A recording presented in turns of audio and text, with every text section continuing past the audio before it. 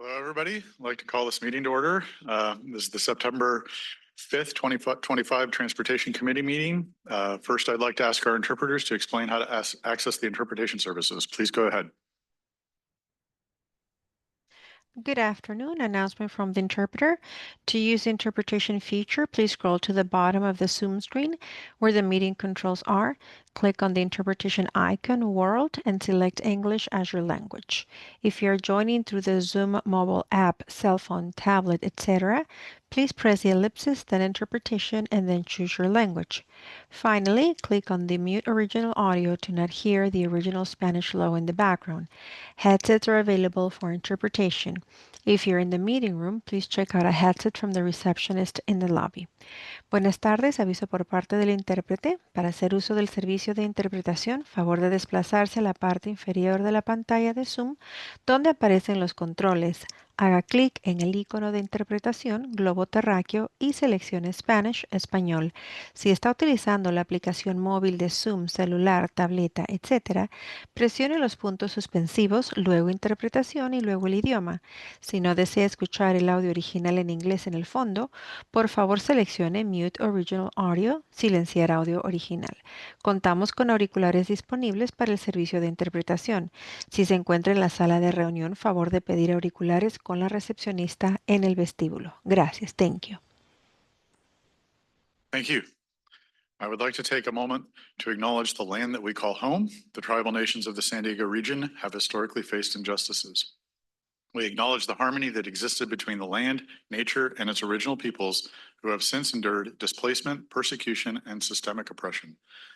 We pay our respect to the unceded territory and homelands of the 18 tribal nations in our region, the most in any county in the United States, from 4 cultural groups, the Kumaya, the Genyo, the Loswengo, the Capuengo, and the Kauia. This land has nourished, healed, protected, and embraced them for many generations in a relationship of balance and harmony. As members of the SANDAG community, we acknowledge this legacy. We aspire to learn from indigenous traditional knowledge and experiences in undoing the injustices of the past. Please join me for the Pledge of Allegiance. We don't have it. They haven't moved that over. Moving on us. That way now, I guess. Okay, ready? Begin. I pledge allegiance to the flag of the United States of America, to the republic for which it stands, one nation, under God, indivisible, with liberty and justice for all. Francesca, can you please confirm a quorum? Thank you, Chair. We do have a quorum with the Port of San Diego and South County, and the City of San Diego currently absent. Great, thanks. So we move into the agenda, just to let the public know that we have a pretty full agenda today. So I'm going to start out by saying that the agenda items will be limited to 2 minutes, except for consent, which will be limited to 1 minute in public speaking time. With that, Francesca, do we have any non-agenda public comments? Thank you, Chair. We do. We'll start with Purita Javier and then go to Cesar Javier. Start. Hello, I am Purita A. Barber Javier, victim of toxic gases from ceramics kiln and ceramics manufacturing located, constructed, and operated in residential zone community. Owner was able to get permission from the city by paying $38 per year. This has been going since 1984. We began this. The business owner is a member of the San Diego Pottery Guild based here. We also learned that there are 3 kilns operating at this Spanish village, Balboa Park. The mayor and Councilor Rivera are members of the governing body or board Air Pollution Control District. Did nothing to put this hazardous business in a safe location. They are there to protect the polluting industrial and manufacturing business what we ask for, faster sake is to locate it in the safe area. Wala na. Thank you. You may sit now. Yeah. Thank you, SANDAG. This collection of thinkers is our hope. Being the protagonist on the evil side are members. Why can't the city solve this problem, including the Board of Supervisors and the Air Pollution Control District, where they have the governing board members coming from the political circle? Why? This is our discovery. The mayor, Gloria, and Councilor Rivera are there to ensure that the businesses, industrial, manufacturing, the little ones, and most especially the big ones like treatment plant, bio, whatever plants, the landfill, the treatment plants of the pure water and the dirty water will not go through the regulatory, standard. That way they could have those discounts and kickbacks on the part of the hubs or owners of these businesses. For justice sake, which is engraved in our Constitution, they must step down the culprits of this, the political virus. Our body needs bacteria, good ones, but not the bad ones. I think Councilor Rivera, Mayor Gloria, the 11 queens and kings, that includes the attorney office. By God, that was our discovery. Now going back to the county, Thank you. Your time has expired. Our next speaker will be Marco Espinoza, followed by Alex Wong, and Alex Wong will be our final comment on this item. Hello, good afternoon. Don't get too comfortable because I'm not going to talk long. I was just going to say happy Friday and present. That's all. Thank you. Our next speaker is Alex Wong. You can go ahead.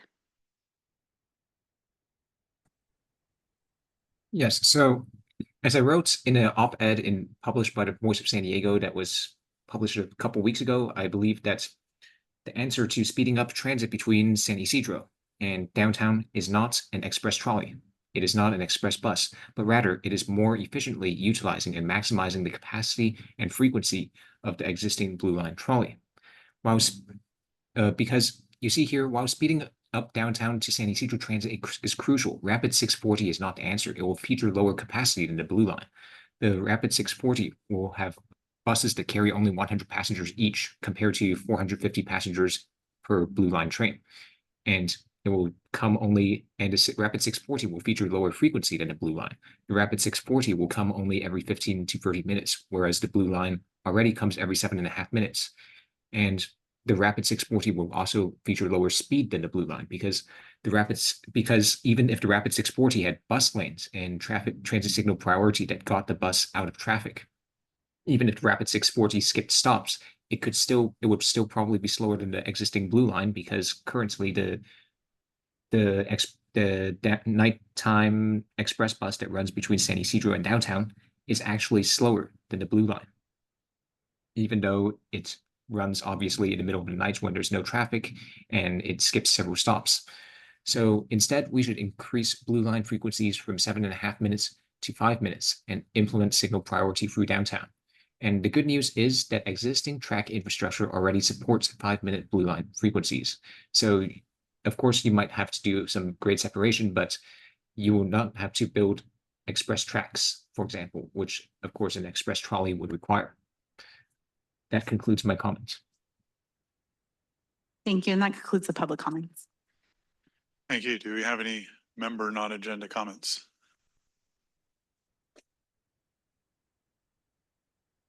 Do not see anybody with their hand up. I don't know if there's information that Caltrans wanted to share, but I did think it was worth bringing up at the meeting that I believe there's an I-5 closure this weekend. So just letting people know that on behalf of Caltrans, that we do have a planned I-5 closure starting at 9 p.m. tonight, and it goes all the way through until 5 a.m. Monday. Is that correct? I think. Yeah. So just wanted to make sure people are aware of that as part of what's coming up. Anybody else have anything that they want to bring up? Given that, we will go ahead and move on to the regular agenda. We'll start with consent. Did anybody want to pull one of the consent items? Okay, with that, we will move on to public comment. Please note that,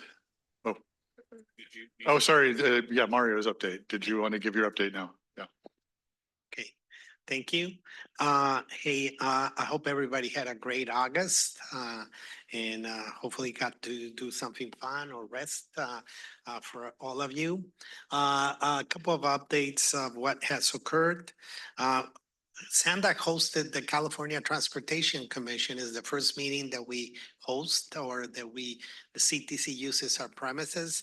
That's why the flags have been today where they are. We will move them back up to this head, but we changed the organization of the room. So that was where the podium, let's say, was being held over there for the CTC. So we really appreciate the CTC coming, and we really appreciate their commitment to investing in California infrastructure. Couple of project updates. It's been on the news. Otay Mesa East, a couple of major agreements materialize. First, the infra agreement for $150 million that had been on hold has been now signed. So the federal government will be delivering those $150 million for the project. Mexico also executed their updated toll sharing agreement. That's not to say the least, with all the assistance of the State Department and Ambassador Johnson, our U.S. Ambassador in Mexico City. So thank you for that. And GSA and CBP also executed the donation acceptance agreement. The team will be coming to the board to present updates on the project. We are expecting to begin the port of entry sometime this fall or the end of this year. So that's very exciting news. Also this summer, and exactly when the CTC was in town, it wasn't by coincidence that we had the opening event for the Siempre Viva interchange in that same project. That is the last roadway infrastructure portion of the Otay Mesa East State Route 11 project. So again, all systems go for the port of entry to begin construction. Another major event was on Southeastern Connect. And the team with our partners, the City of San Diego, Urban Collaborate, and the Air Resources Board, the California Air Resources Board, launched a new micro transit service in Southeastern San Diego. It services Choice View, Emerald Hills, and Mount Hope. So this is a 4-year pilot, and we're very excited, and we're very committed with flexible fleets, and we'll be coming with our grant program, call for projects in the coming months.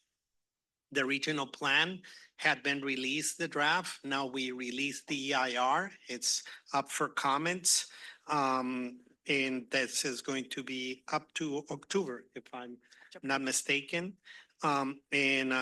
We will be sharing at the next joint TC Borders and Planning Committee meetings, the next one in 2 weeks, what we have in the regional plan. And you all will see how we incorporated the comments from the last joint meeting. So we're very excited that's moving along. Loss and realignment, all the studies are moving on that project, geotech and others. And we continue to work with high-speed rail to be the representative of FRA for our NEPA lead for the project. On the Blue Line Extension project, Work has begun again. We had stopped for the bird breeding season, so that's also starting to happen. Excuse me, not the Blue Line, on the Lausanne project. On the Blue Line extension, there's a planning study that we're starting with Blue Line extension and Lausanne extension, where we're seeing the feasibility of the Lausanne line extending all the way to South Bay. This is a planning study. So, you know, I want to manage expectations. This is looking at that feasibility. But I think it's also looking into, you know, the importance of the Blue Line, and regardless if we have heavy rail or not going down there in a more frequent manner, it is very important that we observe the operational improvements that need to happen with the Blue Line in order to enhance its capacity. We did release the state of the commute in July. The biggest information out of it is that we're about 90%, 96% pre-pandemic numbers from traffic generating or using the highways.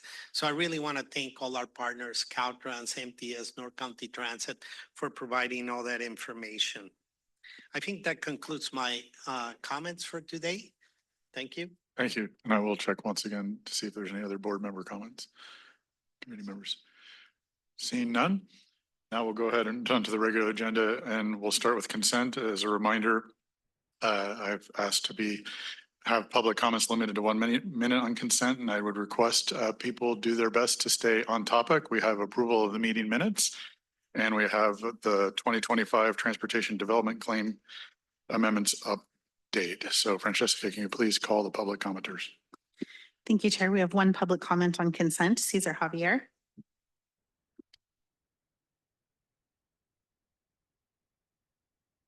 Our participation, revered thinkers, is to protect our Constitution. On the minutes, it recorded our voice to eradicate bad cholesterol, LDL, in our politics. You know what we mean. We voiced it to you, and hopefully it will be in the minutes in the future. On 3.2,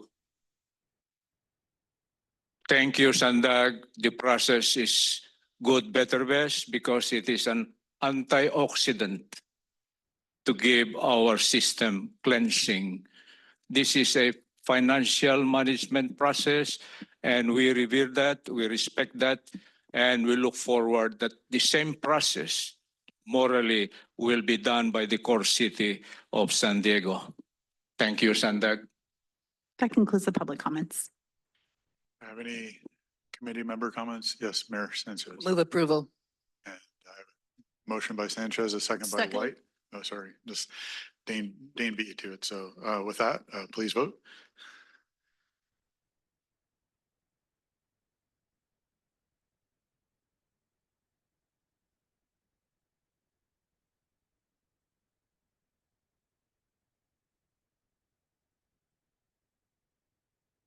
That motion passes unanimously with those members present.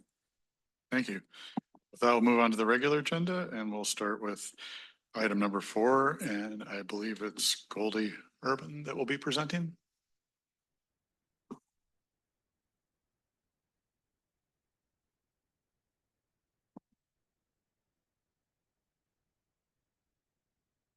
Good afternoon, Chair Zito and members of the committee. My name is Goldie Herban. I'm here on behalf of the grants distribution team, and my item today is a quarterly status update on SANDAG's grants program. Additionally, I'm here to present a specialized transportation grant program project amendment that will be requesting your approval at the end of this presentation. So this report covers the performance period between April 1st to June 30th, 2025. The Transportation Committee has purview over 6 grant programs, 4 that are Transnet funded and 2 that are non-Transnet funded. This slide presents a snapshot of activities for last quarter. Our program managers have overseen 43 active projects this quarter. We have 5 completed projects, 12 were placed on the watch list, and 1 project is here for an amendment today. I want to start out with project showcases because these are the feel-good stories. So the next 3 slides present 4 Transnet-funded projects that were completed recently. First up, we have the Environmental Mitigation Program, which is called EMP for short.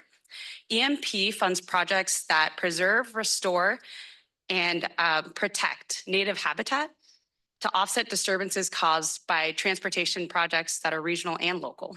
Here we showcase the Friend of Famoso Sloughs project, which is a stormwater treatment pond restoration and enhancement project. Famoso Slough is a vital wetland that provides critical habitat for over 180 bird species. The project restores the treatment ponds and berms, keeping dry weather flows and undesirable materials from entering the Famoso Slough. This project thereby protects the ecological integrity of the salt marsh vegetation environment and the species that depend on that vegetation. This grantee was awarded $53,000. The next project showcase is for the Smart Growth Incentive Program, or SGIP for short. SGIP funds comprehensive infrastructure projects and planning activities that facilitate compact, mixed-use transit-oriented development that increases both transportation and housing choices. This Smart Growth project is by the City of Lemon Grove. It's for their Connect Main Street Phase 1 and Phase 2 project. This is a $2.5 million capital construction project. It was completed on June 20th, 2025, and delivered both pedestrian and bicycle facilities along Main Street. Elements included shared use path. These are the images on the slide here. A shared use path, crosswalks, ADA ramps, bulb outs, landscaping features, and thematic lighting.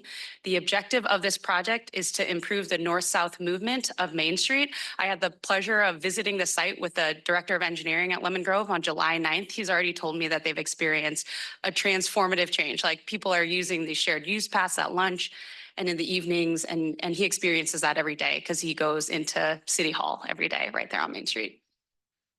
And the last project showcase slide is for the Senior Mini Grant Program. As a recap, the Specialized Transportation Grant Program houses 2 grants. Senior Mini Grant is one of them. SMG takes funding from the Transnet Local Half-Cent Sales Tax to provide specialized transportation for people 60 and over within San Diego County. There are 2 project showcases for Senior Mini Grant. The first one is from the Elder Help of San Diego. Their program is called Seniors A Go-Go.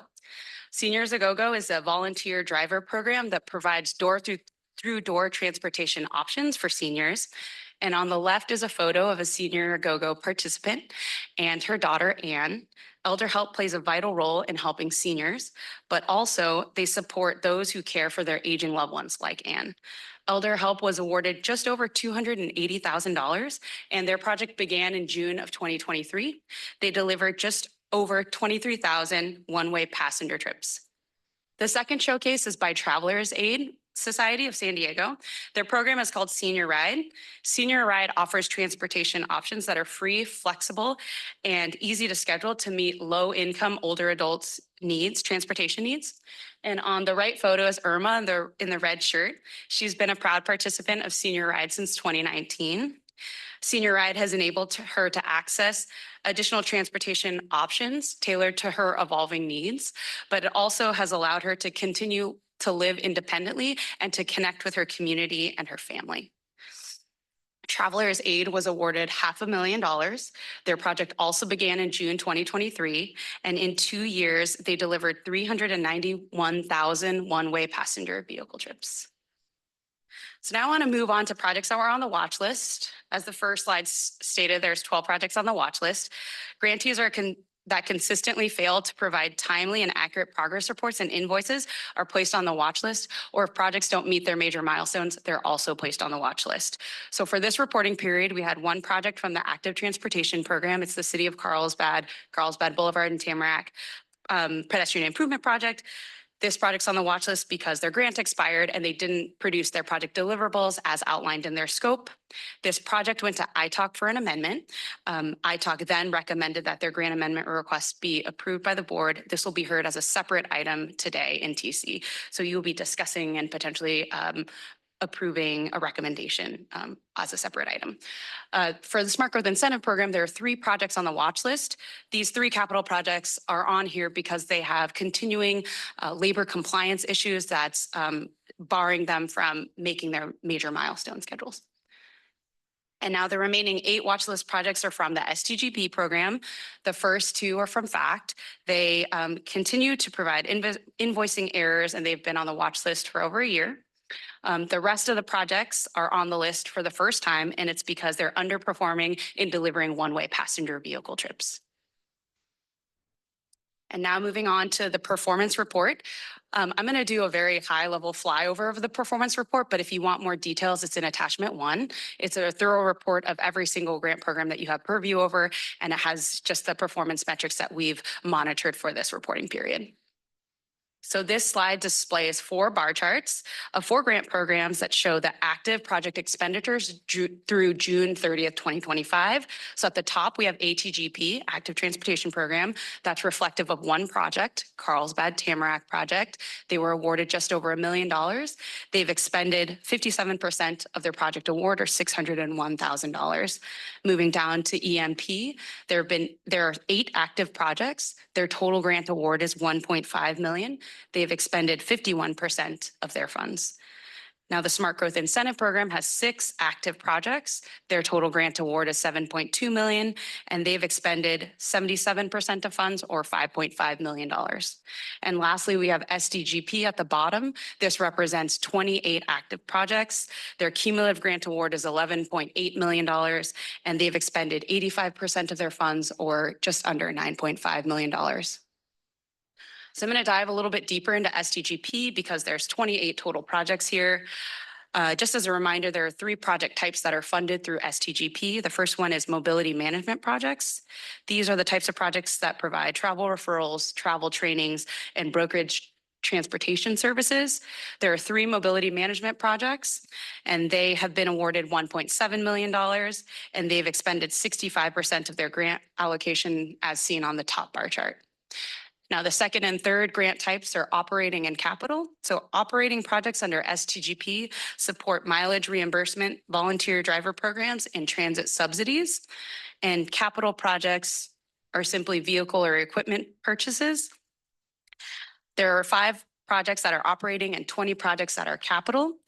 They accumulate to $10.1 million, as seen on the second bar chart, or the bar chart in the middle, and 81% of operating and capital project grant dollars have been spent. The 20 active capital grants have resulted in the procurement of 100 vehicles, and the status of each of those vehicles is in the colorful chart at the very bottom of this slide. So 80 projects are considered active, and that means they're either operating or out of service. 17 vehicles have been purchased and are currently pending delivery. And finally, there are 3 vehicles that are being disposed of due to the vehicle useful life expiring. And now the Transportation Committee has 1 action item to consider, and that is approval of an amendment request from the Home of Guiding Hands, or HGH. HGH provides disability support services for individuals with intellectual and developmental disabilities in San Diego and in East County. The purple area on this map highlights Home of Guiding Hands service area. In April 2018, they were awarded $520,000 to fund a vehicle procurement project that enabled them to purchase 4 accessible minivans and 3 accessible buses to support their mission. Funds also supported the operation of HGH's Transportation Services Program. HGH has completed their entire project scope, and the vehicles have all met their useful life. This project has been granted 2 prior amendments. The first one was for a 12-month extension that was needed because of the COVID pandemic, which shut down their services. The second amendment extended their contract by 6 months as they were trying to determine how to dispose of their expired vehicles. Home of Guiding Hands is here today requesting an 8-month extension to work with SANDAG to dispose of all 7 vehicles. And if approved, the project would be completed by May 30th of 2026. We have an HGH staffer in attendance virtually. So if you have any project-specific questions related to this amendment request, they're here to answer your questions. And that concludes my presentation. On this last slide are program manager contacts if you want to ask any specific questions about a particular grant program. Thank you so much. Great, thanks for that update. Francesca, do we have any public speakers? Thank you, Chair. We do have two public speakers on this item. First, Cesar Javier, followed by Blair Beekman. Yes. Good, better, best SANDAG. Congratulations. We have sensed it. We have felt it. We have seen it. Improvements and improvements and improvements based on your vision, the leadership of these thinkers. Thank you, SANDAG, once again. We sense where the resource money goes. Listen, Councilor Rivera, leadership of the city of San Diego, how SANDAG is trying to show us it is not just a line, but a spherical approach on our shell, on man, his shelter, our society, mobility, circulation. Learn from that, Councilor Rivera, parallel to this item. We are sending people from San Diego City to go to Marseille, France, to squander our money, junketing, when in fact they could get answer, solution right here. SANDAG is a university. Don't spend our money, Councilor Rivera, just for the sake of showmanship, emptiness. That is the lesson that we are learning from the council meeting yesterday, and also from our insistence to sit down with the water authority. Thank you, SANDAG. We are learning. The process is engraved here, and thank you, you are following it. The city of San Diego is destroying our city. Man, the physical development, our shell.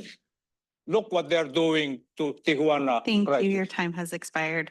Our final speaker on this item will be Blair Beekman. You can go ahead. Hi, Blair Beekman. Hello to everyone. Happy September. I was hoping, oh cool, there are 2 minutes on the clock. Thank you so much that you're allowing 2 minutes of public comment in this beginning time. A nice gesture, thank you.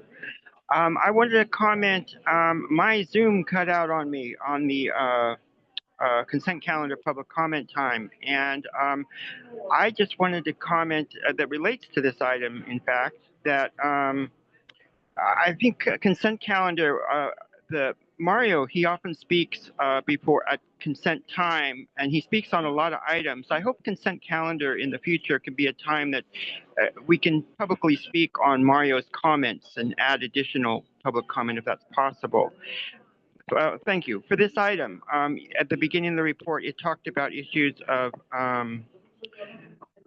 estuary funding for estuary systems, in the North County.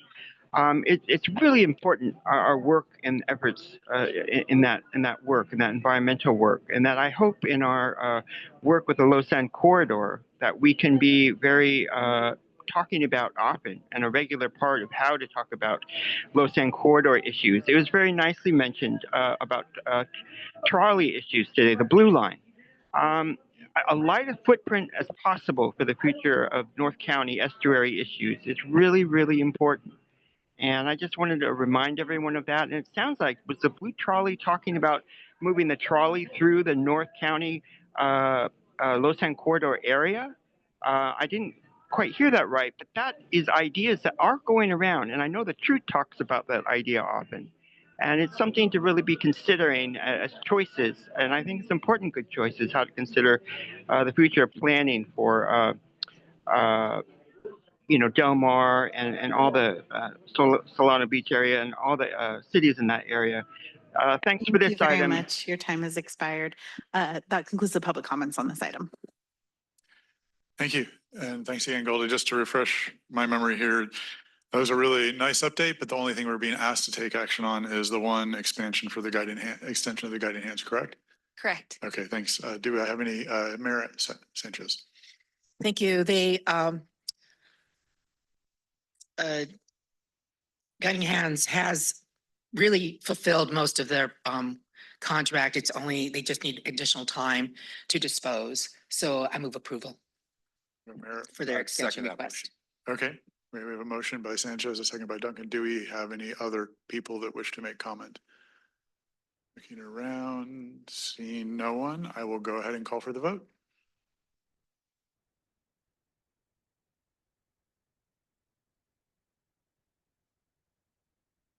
That motion passes unanimously with those members present. Great. With that, we'll move on to item 5, which is the Active Transportation Grant Program Amendment. And it's Ben Gembler that will kick this off, I believe this.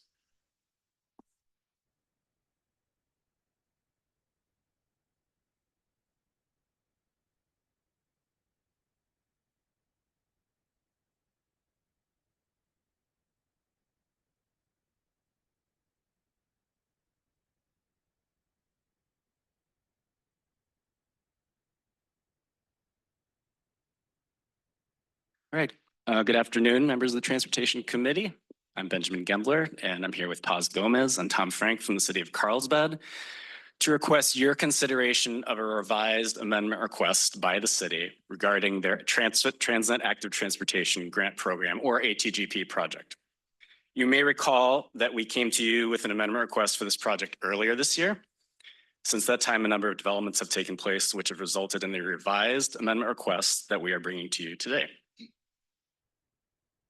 So a little background, the ATGP funds projects that promote multiple travel choices to get people where they need to go in the region. SANDAG has conducted 4 ATGP funding cycles, including an exchange of ATP funding with Transnet funding twice, awarding a total of $29.4 million. You'll see on the left how much funding was awarded for each cycle. And then on the right-hand side, what types of projects we awarded. 81% of funding has gone toward capital projects. 15% of our funding has gone toward planning projects, and another 4% toward educational awareness and enhancement projects. Of the 88 projects total that were been awarded funding, only the Carlsbad Boulevard and Tamarack Avenue Pedestrian Improvement Project remains active. And Ms. Gomez will provide you with an overview of the project and the amendment request for your consideration. Ms. Gomez. Thank you. Good afternoon, Chair, Vice Chair, and committee members. My name is Paz Gomez. I'm the Deputy City Manager for Public Works with the City of Carlsbad, and with me is Tom Frank, the Transportation Director and City Engineer. I'll be providing an overview of this regional active transportation project, its history, and our request before you today. We appreciate SANDAG's flexibility and support throughout this grant process. The Carlsbad Boulevard and Tamarack Avenue Pedestrian Improvement Project is located in the city of Carlsbad along Carlsbad Boulevard just north of the Agua Hedionda Lagoon. This is a heavily traveled area, and project improvements will promote walking, biking, and transit use and increase safety for all users and improve the area's aesthetics. The scope of the awarded project grant includes design, environmental clearance, and construction. The 3-year grant agreement began in 2016, was granted 2 36-month time extensions, and terminated on May 8th of 2025. This request is to extend and modify the scope of this agreement. The intersection is a key gateway into the beach area. It is heavily traveled intersection with pedestrian volumes of approximately 2,500 pedestrians per weekday and 4,500 pedestrians per day on weekends. On the western leg, as you can see, there is no formal pedestrian signal or ADA compliant crosswalk. In addition, there is a bus stop bench located in the Pork Chop median island in the southwestern corner that is proposed to be relocated to a more accessible location in coordination with North County Transit District. On the northern leg, the existing crosswalks are not high visibility, and high visibility is basically the ladder style that's there that you can see on the eastern side of the intersection. In the revised project scope, all proposed crosswalks will receive high visibility crosswalks. Here's an image of a previous project concept which merges traffic flow through the reduction in vehicle lanes south of the intersection toward the lagoon. It also included widening the sidewalk south of Tamarack Avenue, including across the bridge, and relocating a bus stop to provide safer access. Other improvements that were in this proposal included pedestrian and bicycle facilities throughout the project area. This project has had an extended community input period and underwent several changes, which I'll discuss next. So you may recall seeing this from the previous presentation, but the project agreement was signed on May 9th of 2016 and included the 2 3-year extensions. And then in 2024, the city requested a 2-year time extension and a scope and budget amendment. On February 12, 2025, ITAC voted to recommend that the board reject the city's request. ITAC members expressed concern that the city's request was unrealistic due to too many uncertainties, such as the lack of a coastal commission permit, environmental clearance for the project, and it was unlikely that the project could be completed in the timeframe the city had requested. After this, at its March 2025 meeting, the Transportation Committee voted to recommend that the board reject the city's request. Transportation Committee members expressed support for the project and noted it has region-wide benefits. However, they had concerns about the progress to date, the absence of funding to construct the project, and the Carlsbad City Council's decision to wait to approve the final design until another roundabout project is completed and studied. So this item was provided to the Board of Directors at its March 28, 2025 meeting. However, the item was pulled from the agenda and deferred until a future meeting. On April 29th, the Carlsbad City Council approved a smaller scale project with limited intersection improvements without a roundabout and with a simpler delivery process not dependent on another project. On May 8th, the grant expired and the city submitted a revised grant amendment request on May 20th. On July 9th, we brought this revised request to the ITAC and they voted to recommend that the Board of Directors approve a 3-year time extension, modification of the scope of work, and budget amendment with the remainder of the grant funds to be expended by the end of the contract date and that all grant funds be returned if the project is not completed within 3 years. So the city is requesting a revised amendment for a scope, budget, and schedule change. Due to the concerns raised by ITAC and the Transportation Committee when we last came, as well as the direction from the Carlsbad City Council since then, we are returning with a smaller scale project that enhances pedestrian safety and mobility through limited intersection improvements without a roundabout. This will involve a revised design, environmental clearance, right-of-way coordination, permitting, and construction project phases. Only the construction phase will be paid for with a remaining grant balance of approximately $453,000. The other phases will be paid for by the city of Carlsbad. In addition, we are requesting a maximum 36-month time extension, which would allow these phases to proceed. Unlike the last amendment request, this would allow the project to be completed within the extension request period by 2028, which is a conservative estimate and could be completed earlier. Preliminary discussions with our city planner had indicated an exemption to a coastal development permit may be issued because there's no expansion of roadway capacity and the project will focus on safety and Americans with Disabilities Act or ADA compliance. The city met with the Coastal Commission staff on July 24th, 2025, and received a favorable response to consider an exemption from a coastal development permit, pending a formal request for exemption when 15 to 20% plans are submitted. So the project scope now has evolved a few different times, including the previous scope that included a roundabout. The revised proposal emphasized ADA compliance with new ramps and medians to provide pathways, pedestrian signals, and high visibility crosswalks where none exist today. Relocation of a bus stop bench in coordination with the North County Transit District to improve public transit accessibility, and removal of a guardrail to provide an additional 1.5 feet of sidewalk. The revised construction cost estimate is $2 million, which is substantially less than the previous estimate for the project with a roundabout. The revised project's concept is returning to the basics of the original project scope, which is to make the intersection more accessible to pedestrians and to improve transit accessibility.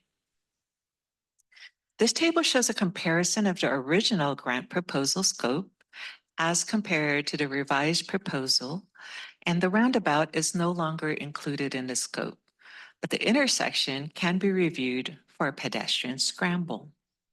The bus stop will be relocated in coordination with the North County Transit District, so the proposed location may change and high visibility crosswalks will be included at the intersection. This revised proposal returns to the basic scope that was included in the original grant and will result in a quicker construction completion of this regionally significant active transportation project. I will now turn it back to Mr. Gembler to wrap up the presentation. Thank you. Thank you, Ms. Gomez. The project was awarded $1,054,000, and to date, approximately $601,000 have been paid to the city for project expenses incurred. And this leaves a remaining fund balance, as mentioned earlier, of approximately $453,000 that has not been spent. So as mentioned earlier, the ITAC recommended that the Board of Directors approve a 3-year time extension, scope of work and budget amendment, with the remainder of grant funds to be expended by the end of the contract date, and that all grant funds need to be returned if the project is not completed within 3 years. So today we are looking for the TC to consider recommending that the board either accept or reject the revised amendment request. It could look similar to ITAC's recommendation, or you could choose to structure it differently. Both the TC and ITAC's recommendations will be considered by the board when we bring this to them later this month. And that concludes our presentation. We'll turn it back over to the chair for questions and comments. Thank you. Thank you. First, we'll go to public speakers. Francesca, do we have any speakers on this item? Thank you, Chair. We have 2 speakers. First will be Cesar Javier, followed by Blair Beekman. Ganyan.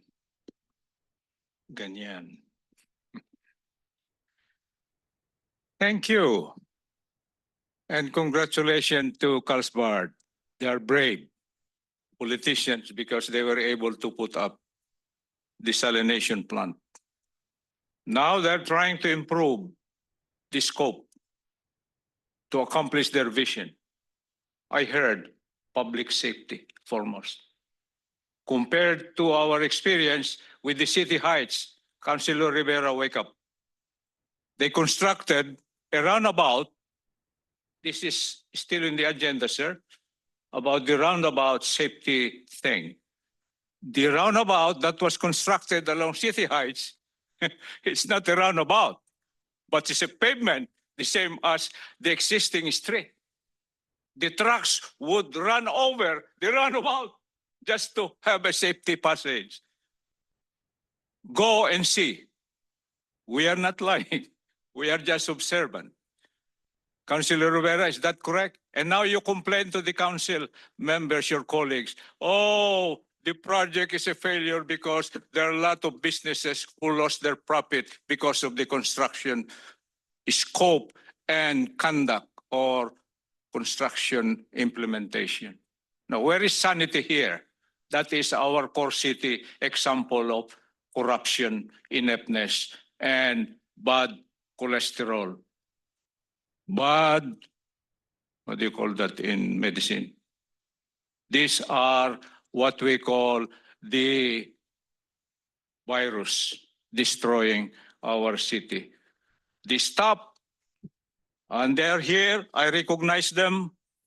They evade our question. They evade in-person meeting, particularly the staff of Councilor Rivera, who is supposed to be promoting the public welfare of our community. That is an example on this agenda. Thank you. Your time has expired. Our next speaker will be Blair Beekman. You can go ahead. Hi, Blair Beekman. Thanks a lot for this item. You had an item similar to this, if this is not the same item, at this meeting a few months ago, maybe like in the springtime.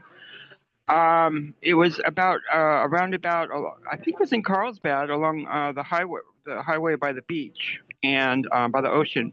And it was a very nice roundabout. I am for traffic calming measures, and I felt good about it. But there was not the political will at the time, and it's been a project that's been off and on for years, and it was again just put off for years, for further development and conversation about it.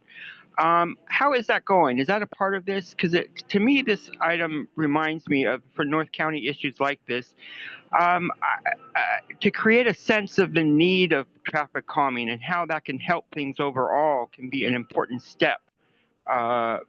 And I've also been learning since that roundabouts themselves actually can hinder pedestrian sight and vehicle sight in going around. And there's a lovely, garden in the middle that actually works to inhibit vision for both pedestrians and cars.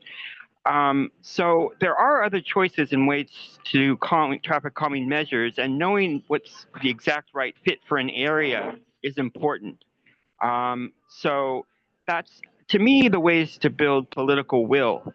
And when you explain all of that in the community process and you make those things clear, that's building, the Vision Zero future we're trying to go for. So that's my take on how to work on these things well and really try the efforts of creating a green, traffic calming future. I think it's a real important goal. How we go about it is bringing everyone on board, looking at all the choices and questions and asking all the right questions. I hope you're doing that for this. Good luck.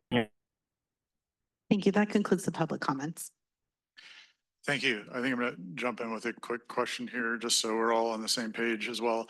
It might be useful to have, for the discussion purposes, slide 11 up on the screen, just so we can see the comparisons. But for clarity, since there has been a lot of talk about roundabouts, my understanding is that the original grant request, the original grant proposal, did not include a roundabout, that it was added after that. I mean, at least based upon the diagram that was on the screen that showed the original project proposal. That's what I'm trying to figure out here, or not.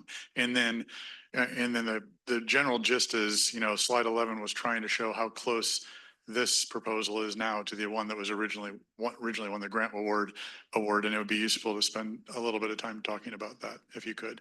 Sure. Thank you for the question, Chair.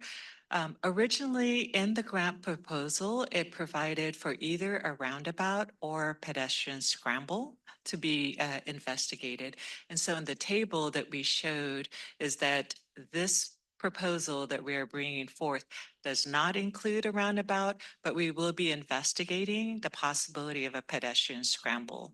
So the signalized intersection will continue to exist. Okay, thanks. So to be perfectly clear, the proposal that won the grant award had two options. One was a scramble, one was a roundabout. Yes, sir. Okay, thank you.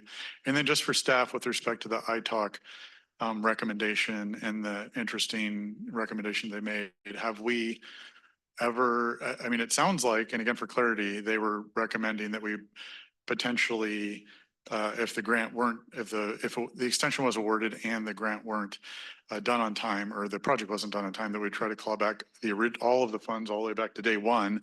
My assumption, so it's twofold. My assumption, one, if we just recommend rejection, the expent funds stay spent. We don't try to claw them back, or if that's what the board approves. And then two, have we ever done that before?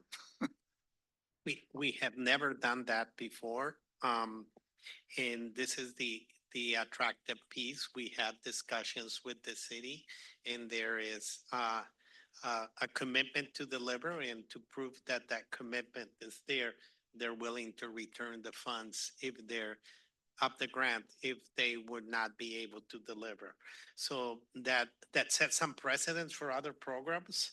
I think it's a good precedence. It shows that we believe that Ms. Gomez and her team can do what she's coming and presenting, but at the same time, it's putting the agency on a revenue neutral perspective, meaning you don't deliver, you return the money. So that's encouraging on all parts. It's a win-win, I would say, as an alternative. And also that the city is willing to pay for any delta of the project, meaning the additional cost that could be incurred, the city will cover that. And if I'm saying something past out of scope, please correct me. Thank you, sir. Just wanted to state that any payment, as I think you're aware of, paying back the entire, well, actually, it wouldn't be the 1 million. Let's say it's the 601,000 that has been invoiced to date, has to be presented to our city council for their approval and way forward. Staff does not have the authority to be able to do that. But to the point of additional expenditures for this project, we are certainly already doing that and will continue to do that as well, which is why the proposal is to use the remaining $453,000 of the grant just for the construction phase. So we're moving forward already now with the design and what we need to do from an environmental clearance perspective, and moving forward with a project at the city's cost. We're already doing that and we're moving forward. The request for the remaining 453,000 is to wait until the design has been completed, we're ready to go out to bid, and use the 453,000 for whatever portion. So if it ends up costing the $2 million, the city will be covering the additional $1.5 million. So yes. Okay, thanks. And then since it is construction, clearly those costs won't be incurred until the later parts of the project. Yes, sir. So one other possible idea that could be considered is we don't allow for invoicing against this project until the project's done. And then we could choose whether or not that it's met the criteria of what we stipulate, right? So that's another thing to put out there. So with that, I'll go ahead, open it up for general comments or questions. Mayor Duncan. Thank you. Yeah, I was surprised to see this on the agenda because I definitely thought the grant had died after the prior rejection of the request. I think the reason that it was rejected, I remember Supervisor Montgomery Stepp's comments and some others, is they felt, or I'll say I did. I felt that it was slightly offensive to come and say, we've spent more than half the grant. Council, the information we had from your council before us was that they were definitely not going to move forward with the roundabout. We'd spent over $600,000 and had nothing to receive for it. But the request at that time was to spend an additional $400,000 on planning, which means the whole grant would be spent over $1 million with no construction guaranteed or no necessarily construction ever. So I believe that's why the grant was voted down, is my recollection. One question I would have, if we have something like this come before us and we're going to be discussing what's in the original grant and seeing comparison charts and things, and maybe it's in here and I missed it, but do we have a copy of the grant that was awarded? I mean, aren't the grants when they're awarded, the descriptions are pretty short?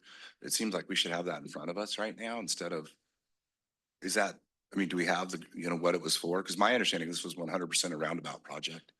But in any event, I guess what I wanted to hear, I understand certainly that your council would have to approve it. So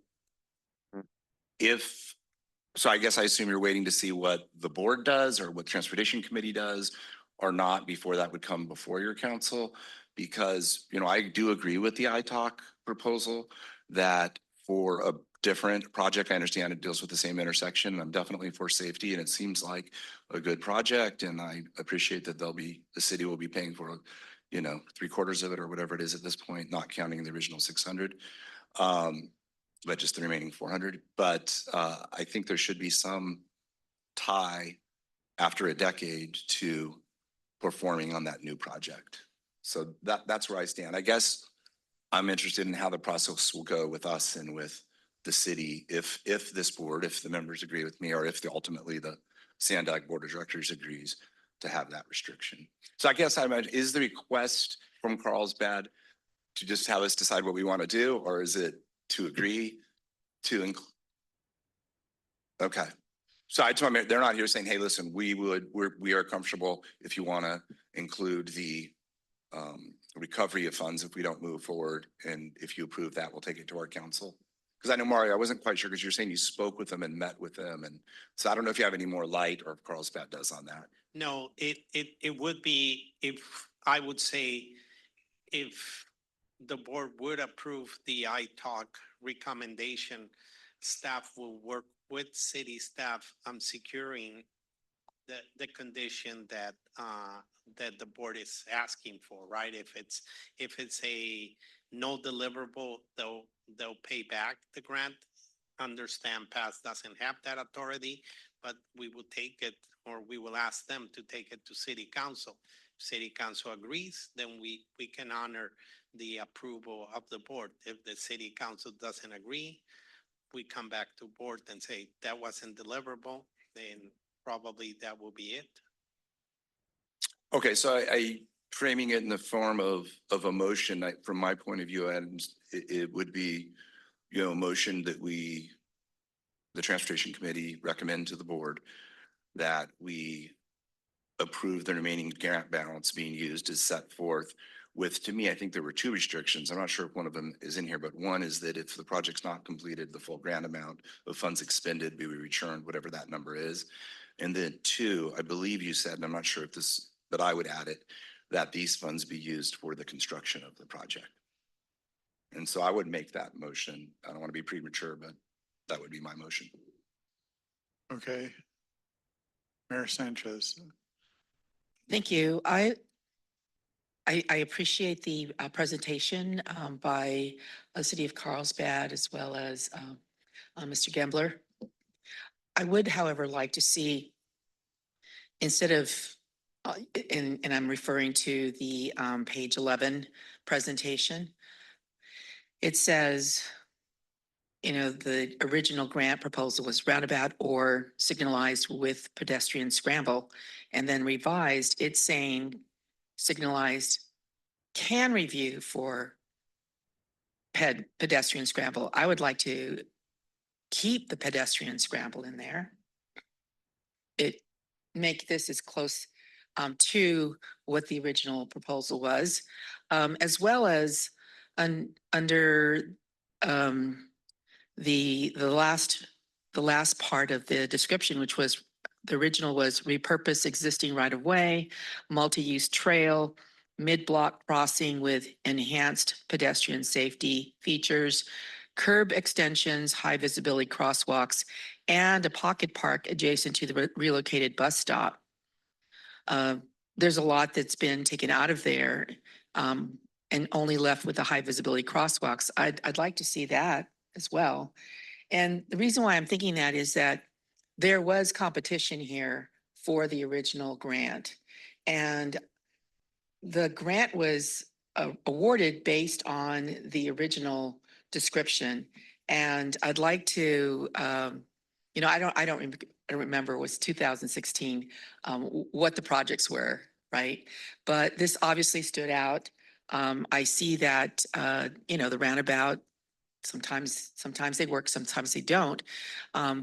And so I'm willing to in light of perhaps some changes in public thinking, that we try to get it as close as possible to honor the original basis for giving the grant in the first place. I don't know if there's, how much funds are, what the difference would be to hit that mark, because I think all the other things are things that would really make it safe. The idea is to make it safe and provide something that's regionally very significant. So if that could be added back, I think that would be great, because then it would be to the original, honor the original grant. Yeah, thanks, Mayor Sanchez. It's a very good point, which is why the ones that started out with. So my understanding is Antoinette has available the original grant scoping, and maybe she can help us out in that area. Yes, I can read the brief project description. This project provides enhanced facilities for pedestrians, transit users, and bicyclists. The sidewalk on the west side of Carlsbad Boulevard will be widened from less than 4 feet to about 8 feet from the intersection to the south side of the bridge. It's pretty brief. I'll second Mr. Duncan's motion. Okay, I'll take that still in order, even though it's very late. Thanks. Just again for Carlsbad, since it's brought up, is the sidewalk widening still part of this grant? Not specifically to what was originally envisioned. What we are proposing is to remove an existing guardrail that is there on the sidewalk. And what it will do is it will expand the walkable area by 1.5 feet. So in essence, we are widening what it is that is going to be the travel path area, but we're not widening the sidewalk by an additional footage. Okay. Thanks for the clarification. And also, if I may, with regards to the relocation of the bus stop, I think what was originally envisioned and what was in the what was presented to the city council as well as part of the grant proposal was relocating the bus stop that is there in the Pork Chop median southbound and to construct a pocket park and to place the bus stop adjacent to it. Realistically, for those who may not be familiar with it, that's not really feasible because of what is there, right? You've got the railing that goes all the way down on the south side. So what we have been discussing is we're definitely going to relocate the bus stop, and we do want to encourage everyone to take the bus to be able to go to the beach area. But what we're looking at is possibly moving it north of the intersection, of course, working with our partners over at North County Transit District. And that northern area has a bit of the park area, kind of the grassy area that you may recall for those of you who go to the beach area. So we're not building a pocket park, and it's actually on the north side instead of on the south side. But that is the intent, is to make it where it is more user friendly for the transit users that will be using the buses to get to the beach. Thank you. I saw Ms. Dillard up first. Yes, thank you. And thank you for the presentation. I actually love what you've come up with as a resolution, but I have a problem with what happened. Was there a breakdown somewhere that maybe I didn't see where the money that you spent originally for the project, it seemed like to me, I remember, Chair, that some of the money went to someplace else. It went outside the scope of the actual grant. Am I incorrect in my thinking process with that? That there was some kind of other thing that you guys were trying to do that was not concerning that immediate location? No, ma'am. The scope of work is in that intersection, the area that's south, just like what was shown earlier.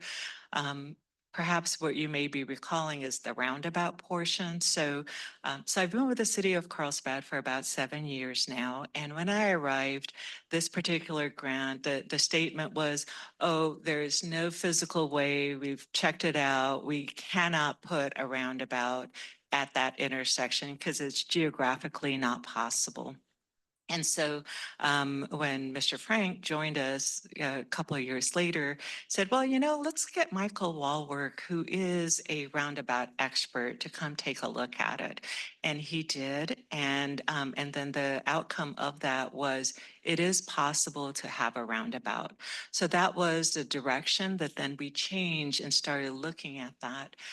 There's a lot that needs to happen with regards to putting in a roundabout. So there's a lot of grading, there's the retaining wall, there are utilities that would have to be relocated. So the project blossomed. It was quite expensive and was huge. And so that was what was presented at the last time that the Transportation Committee had met, was the roundabout, and it was going to cost a lot more than this cost, nor even the 1.8 million that was envisioned back in 2016. And quite frankly, I wasn't there in 2016, but building a roundabout even back in 2016 would have cost more than 1.8 million. So I think what it was is at that time was not really fully understanding what the scope was when they had written the grant. And so that's my only explanation for what the differences were. And so was that a result of it being taking 10 years? Was it 10 years?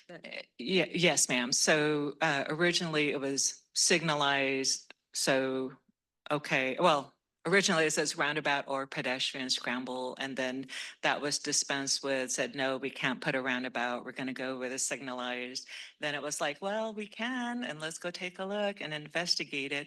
And then we went towards the roundabout, and that had been the plan until a few months ago. And that was when we presented it to our city council saying it's going to cost $19 million to build this roundabout. We do not have the funding for it.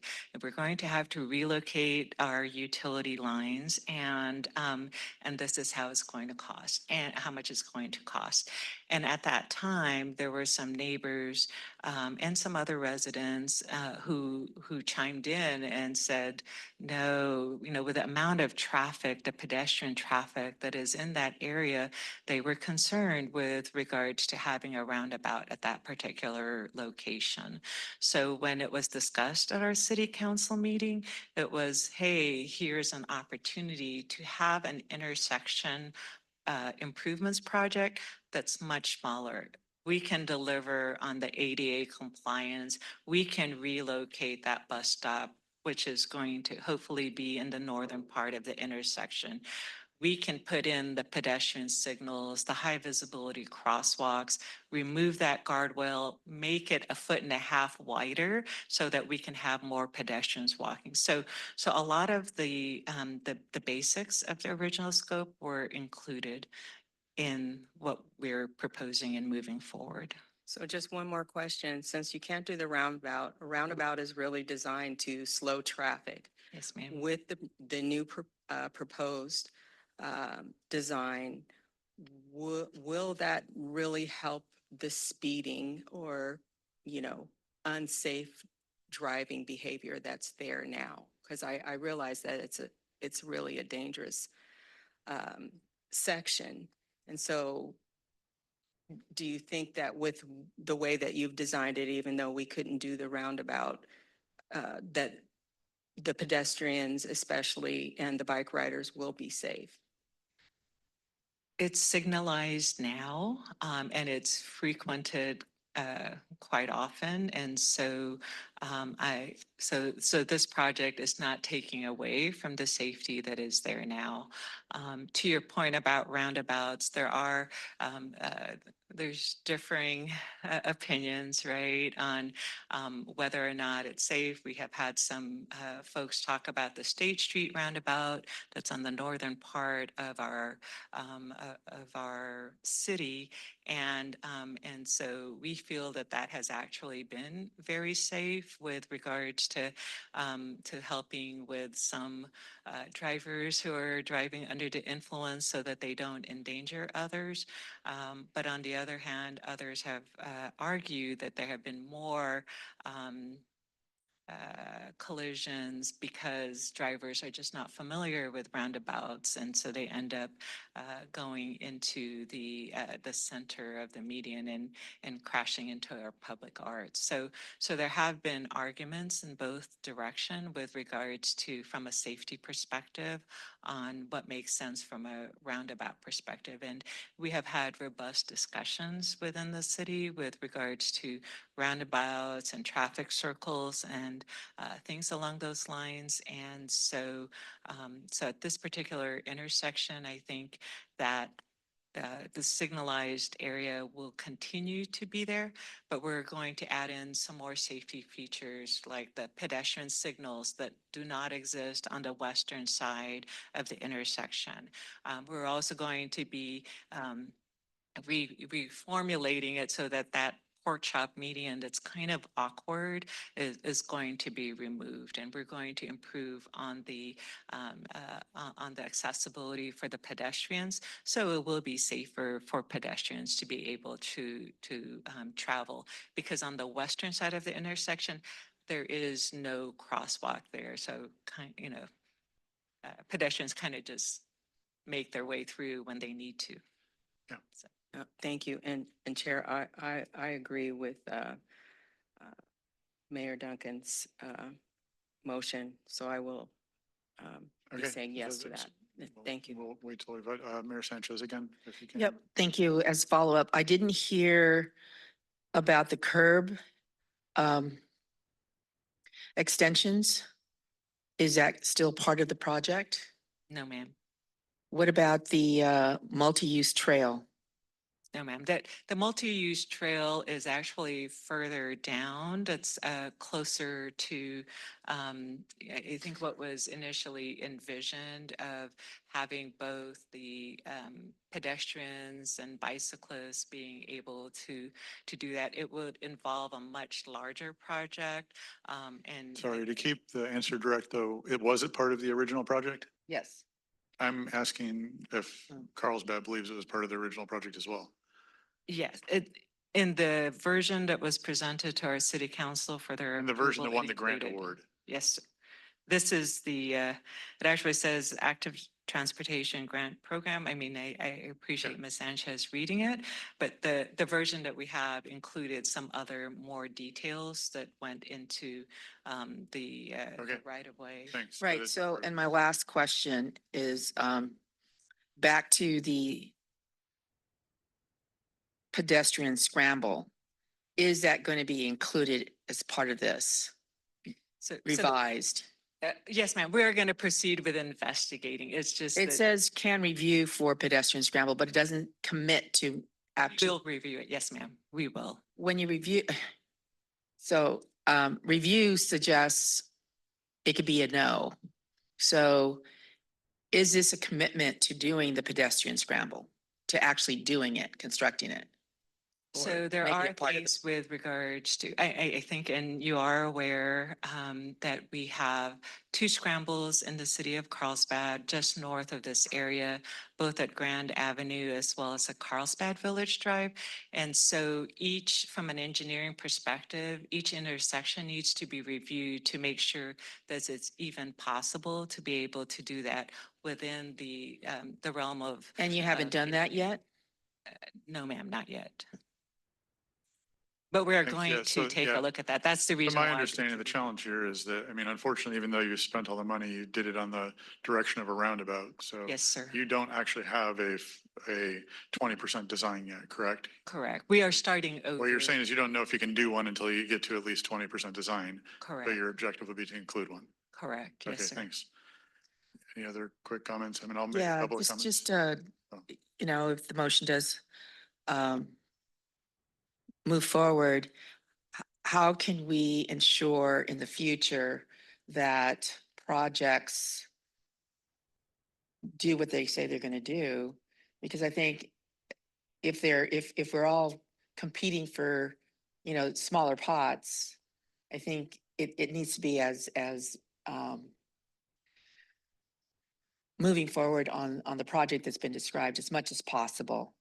I see that there are significant differences between what was submitted and the proposal now. Yeah, and I think, I mean, thank you. this is something we could take up as another conversation. I mean, Right. listening to this, it seems like it might be a very good idea to avoid projects that are both going for design and construction funding, because clearly in this case, they got one for both and they did the design and said, oh, your budget is about an order of magnitude off. And they're like, we can't proceed with that, right? And So they're trying to adapt. I will add just that, that we have made some streamlining and reforms where we look at the feasibility of the scope, schedule, and budget within our application process, within our grants division. So that's something that by doing that, we're going to be able to kind of winnow out the field, so to speak. And if there's an issue with feasibility, it's identified earlier on in that process. So I think that that's something that wasn't in existence at that time and that will help to maybe avoid the situation in the future. Yeah, Mayor Duncan. Yeah, just real quickly, I recognize and I appreciate Mayor Sanchez's comments and I agree with them, but that is, to be clear, the reason I phrased the motion the way I did with those two conditions is right now, it's my understanding, barring some kind of like newly thought up legal theory, which we're not going to do, we have no ability to seek reimbursement of the $600,000 from Carlsbad that's already been expended on the grant. So we're giving them a chance to say, listen, if you want to go forward with this and take the rest of the grant funds, and your council will agree that if you don't complete the project, you'll reimburse us for the whole amount, which is a sort of a new benefit right to SANDAG, then that is a potential,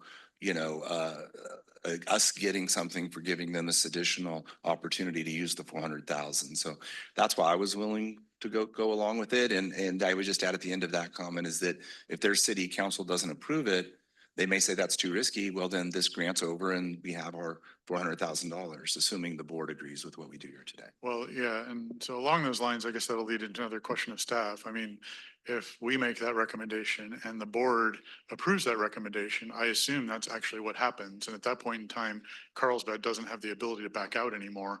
And if they do back out, they have to reimburse all the money, which I have a problem with because I don't think we should be putting that kind of burden on their staff in the sense of, okay, Carlsbad, to the best of my knowledge, their city council hasn't approved this condition yet. So if we put the condition on and the board puts the condition on, I think their only option would be to come back and say, we don't agree with that condition. We would like to withdraw the grant and have the board approve that. But the board could deny that as well and say, no, you need to repay all that money. And so I don't know, maybe Antoinette, is that, or Betsy, is my logic correct there? I mean, if the board ultimately approves the action that was recommended by ITAC, does Carlsbad at that point have an ability to back out of the grant without getting another board action taken at that point? My understanding is if we proceed with this amendment, Right. this will be a provision of it. So if they fail to complete it within 3 years, all the money would have to be paid back.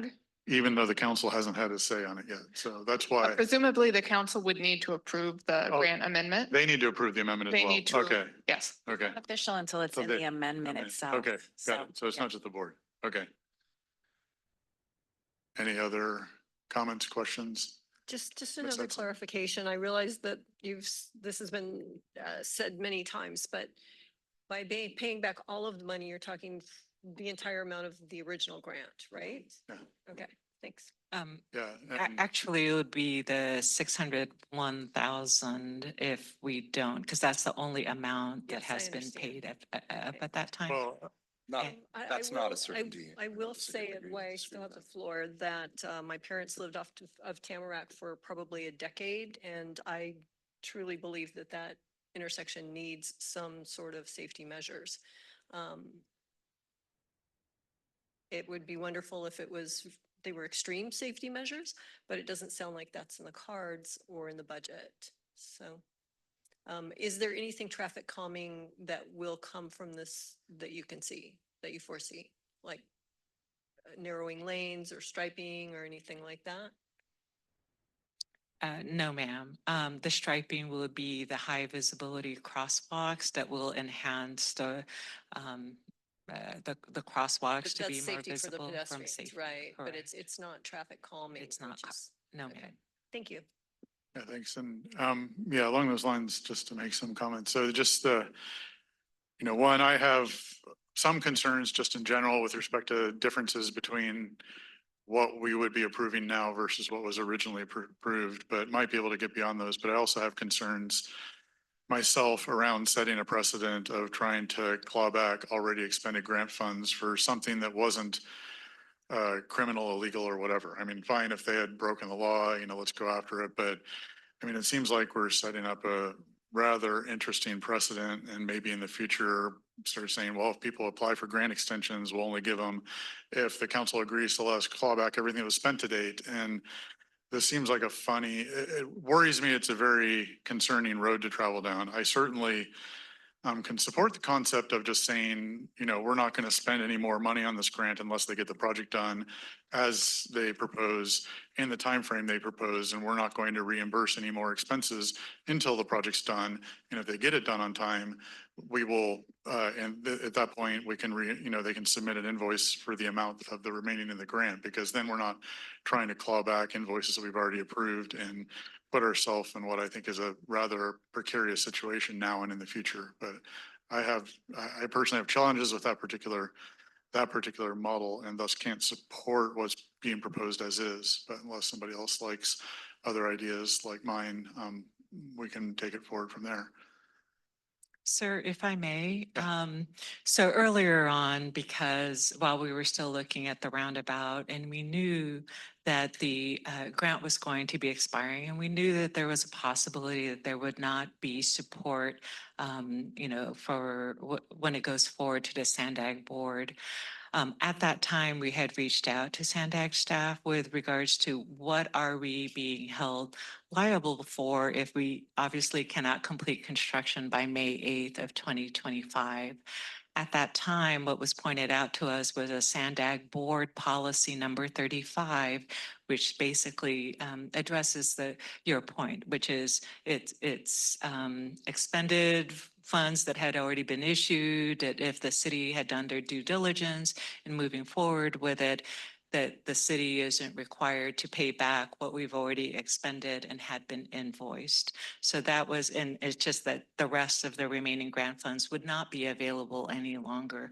So that was the clarification that we had received from the board policy number 35.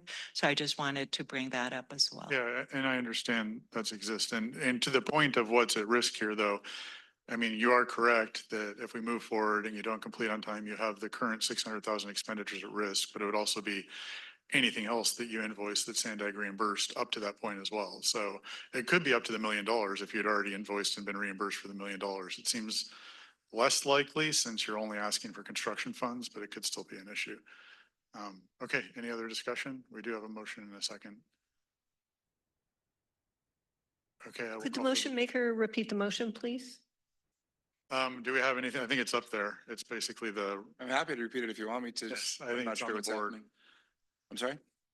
Isn't that the motion or not? It's basically, PC recommends that the Board of Directors approve the City of Carlsbad's amendment requests for the City Active Transportation Grant Program funded Carlsbad Boulevard and Tamarack Avenue Pedestrian Improvement Project, except that SANDAG shall only reimburse Carlsbad for construction costs and that all grant funds be returned if the project is not completed within 3 years. All grant funds expended. Yeah, I think that's probably satisfactory.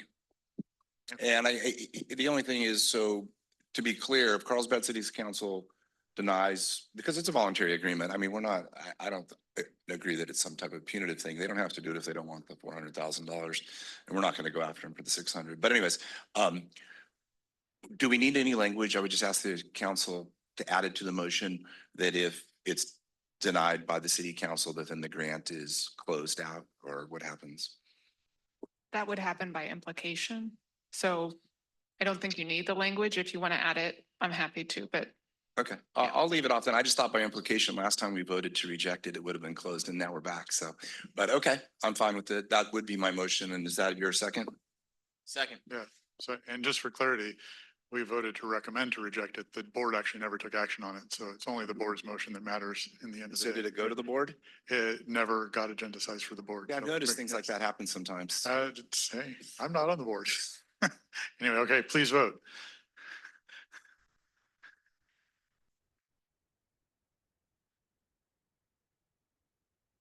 That motion does pass with 8 yeses, 1 no, and 1 absence.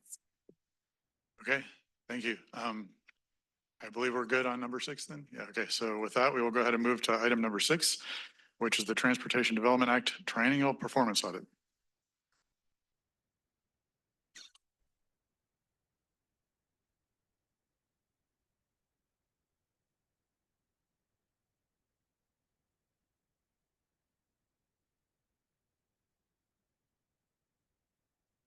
Thank you, Chair, TC members. My name is Brian Lane. I was the project manager for this performance audit, but we did enter into a competitively awarded grant contract, not grant, with Weaver LLC to perform this audit. And Brandon and Holly are here virtually from Texas to present the results of the audit for, includes SANDAG, MTS, and NCTD.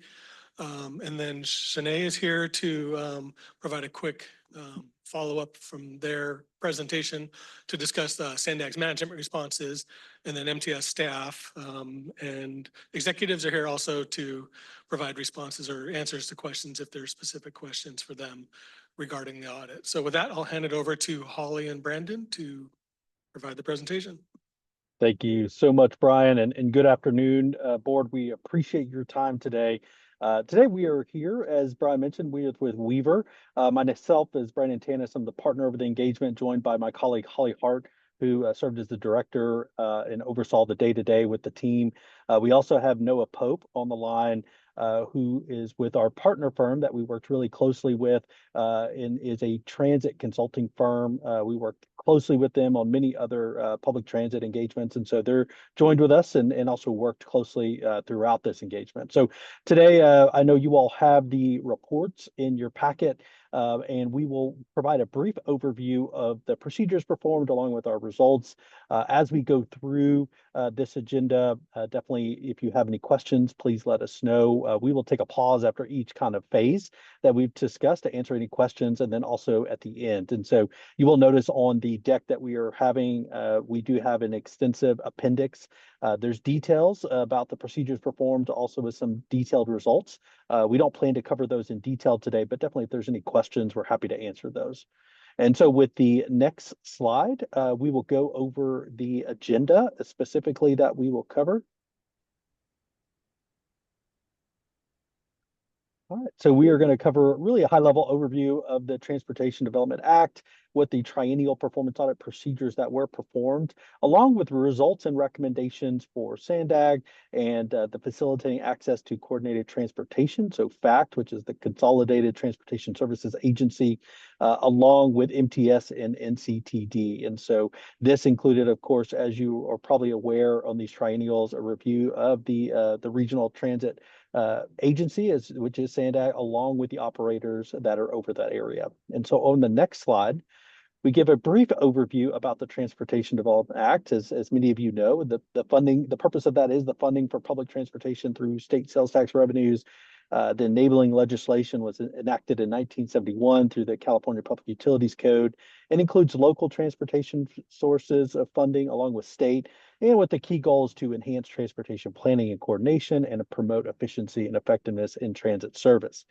Now, for the specific triennial performance procedures and objectives on the next slide, we will cover what we were brought in to do. And so if we bring that slide. All right. So under the California PUC code, a triennial performance audit must be conducted every 3 years to assess the TDA recipient's compliance and the efficiency, effectiveness, and economy of transit operations. And so with that, there's 4 key objectives. Those objectives include evaluating the regional transit planning agency, which is SANDAG, and operator compliance, assess the progress in implementing prior audit recommendations, which would be from the prior triennial performance audit that was performed, and then assess efficiency, effectiveness, and economy of transit operations, and then provide recommendations for improvement. And so today we will go through a high level of the results and recommendations, and you will notice we will talk about 2 specific items, whether there's findings or observations. And findings are identified where there is non-compliance. That usually non-compliance is going to come directly from an authoritative source, such as California Public Utility Code. And observations are those really for efficiency and effectiveness improvements. And so they're not findings, but they are areas where we can improve. Sometimes when we have observations, those going really kind of unchecked, uncontrolled can result eventually sometimes in findings. And so that's why we provide some of those observations as well, really to help not just the RTPA, but also the operators as well. And so we will cover those here in this presentation as well. And now I will say that management did provide recommendations on all findings and observations. Again, the highest priority and really one of the main focuses when we look at triennial performance audits is on the findings. Again, observations are there for improvement, and we like to add value when we come and do any type of performance audit. And so when you bring somebody in to provide some additional insight on improvement to operations. And so we're going to go into the next slide and start on SANDAG, in fact, the results and recommendations. And so on the next slide here, we will dive into those. And so you'll see this template throughout when we talk. We have in this chart the audit task that was performed along with the summary of results, and then we will go into any specific findings and observations. And so for our first task is looking really at compliance with TDA requirements, so all the authoritative guidance that applies to these funds. And here for SANDAG, we had one non-compliance finding out of the 14 requirements that were assessed, and also one observation. And when we looked at FACT, we had 2 non-compliance findings out of the 20 requirements assessed. When we looked at the prior audit recommendation implementation, really the status of those prior findings from the previous 3-year triennial performance audit performed, we found that 2 of the 3 were fully implemented and 1 of the 3 were partially implemented. And lastly, here is looking at functional review. So this looks at the actual operations within SANDAG, in fact, of how those operations are working. And we found that we had 4 observations really related to operational effectiveness. So no findings there, really some areas for improvement. And so on the next slide, we will go into some of those more detailed results. And so here we'll start with our first finding and observation. The finding here is really about timeliness. So the prior triennial performance audit was submitted to the state late without approved extensions. I will tell you, I've provided those extensions this year, so we will not see that for next year. But definitely the recommendation here is to develop and implement a formal procedures to ensure timely submission of future triennial performance audits. And so because that was a non-compliance item, that is here for a finding. And then our observation, first one here, is the lack of outcome-based performance metrics in FACT's quarterly reporting, and recommending FACT to incorporate outcome-based performance indicators such as call responsiveness and trip fulfillment rates. Again, these were provided to management. Management responses were also submitted that were included in the report, which includes acceptance and also the path to move forward to address these. And on the next slide, we will go over some additional areas. So when we talk about compliance with the TDA requirements for FACT, we did have a finding here, 2 of them, one for untimely submission of the annual operations report, and then which is a recommendation of using a compliance calendar of such to assign monitoring roles and formalize extension request procedures. And the other finding is on late submission of the FY24 fiscal audit without an approved extension, with a recommendation similar to assign tracking responsibility and to integrate into a compliance calendar. And on the next slide, we will talk about the prior recommendations. And so here, there was a prior recommendation, again, in the prior triennial audit of annual review of policy number 27 in TDA manual. This one's determined to be partially implemented through conversations with SANDAG personnel. The evidence of implementation, we have seen that updates had been made, but formal review process is still needed to be able to finalize that. And then the next slide. Here we talked about our functional review. So this is actually looking at specific operations. Here, there was no findings. So there was no findings of non-compliance, or we were not controlling or had operations in place. So these observations were specifically for efficiency and effectiveness of processes. And so observation 2, we talk about RTPA administration and management. We identified there was no really centralized system to track employee training activities. So there's a recommendation to implement a centralized training management system. On observation 3, we talk about transportation planning and regional coordination, real no performance monitoring framework specific to RTP component of the 2021 regional plan. So recommending and establish a performance monitoring framework to address that. And observation 4, marketing and transportation alternatives, really no centralized tool or dashboard to document and track active marketing campaigns. So implementing a type of dashboard to be able to not just monitor and track that, but have a centralized area for that. And then lastly on here, observation 5, grant applications and management. We identified you really using a basic Excel document for tracking of complex grants, and really a recommendation to implement a grant management tracking system to really help with efficiency and effectiveness of monitoring that. So I'm going to pause after going over the SANDAG and FAC functions that we evaluated in this triennial performance audit and see if there's any immediate questions. Again, we will have a slide at the end to open it up for overall questions, but wanted to pause here. It might be helpful just to go through the presentation, and I'll just Okay. ask people to take notes because we'll also get public comment, which may trigger questions as well. Thanks. Great. Well, thank you. We'll continue on that. So I'm going to turn it over now to Holly Hart, who is going to go over the operator review that was done, and then we will go into questions. Thank you so much, Holly. Thanks, Brandon. All right, next slide. So we'll go over actually the same requirements on the operator side. We look at compliance. We look at follow-up on the prior triennial recommendations, and then the 3 E's of performance audit: effectiveness, efficiency, and economy, and then of course provide recommendations. So very similar to the RTPA. So the first one is the Metropolitan Transit System, MTS. We'll go through that again at a summary level. We do have, next slide. Okay, so similar to SANDAG, we've got compliance areas, the prior audit recommendation, implementation, functional review, and verification and use of performance indicators.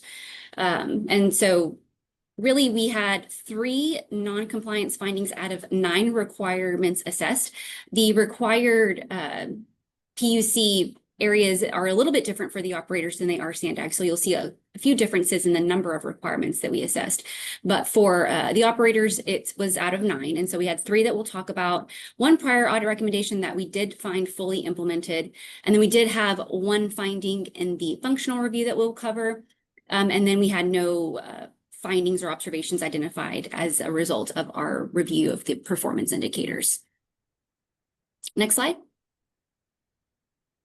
All right, so the 3 compliance findings here for MTS, the first one is the lack of required compliance certification in annual audit reports. And you'll see a little bit of overlap in some of these compliance findings in both operators. So it's not as if, one was not necessarily having a similar view or opinion of a particular requirement. And so I think there's definitely consistencies there. So I think these findings and recommendations will help just provide clarity for both operators. The first one being, again, the fiscal audit and compliance report certification. This is required by the PUC 99245, and that just requires an explicit confirmation written statement that the funds were used in accordance with provisions of TDA. And so the recommendation for this one is to include in the scope of work for future audit procurements a requirement for the auditor to assess TDA compliance, and just to help provide clarity and ensure that that was performed within the scope of that fiscal audit. And then finding 2, lack of required TDA claim statements related to service and transfer coordination. This is related to the claims process, the checklists that they are required to, the number of items that are on a checklist that the operators must go through to ensure compliance with TDA. One of the items specifically requires a statement of how services and transfers are being coordinated with operators. And so just ensuring that in the future, those TDA claim submissions include all those required statements. It's, again, occurring, not necessarily high risk item, but just ensuring that that's very clear going forward. And then finding number 3, retirement plan approval, lack of submission and approval of retirement plan to SANDAG. There is a fully, there is a fund or a plan to fully fund the retirement system within the 40-year required time frame that's required by the PUC.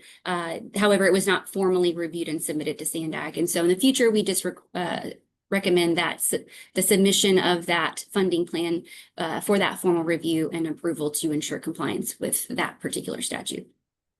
And then next slide. And then finally, finding 4, the standard TDA definition for FTEs when reporting data to SANDAG. The TDA does have a specific definition of how to define and report FTEs.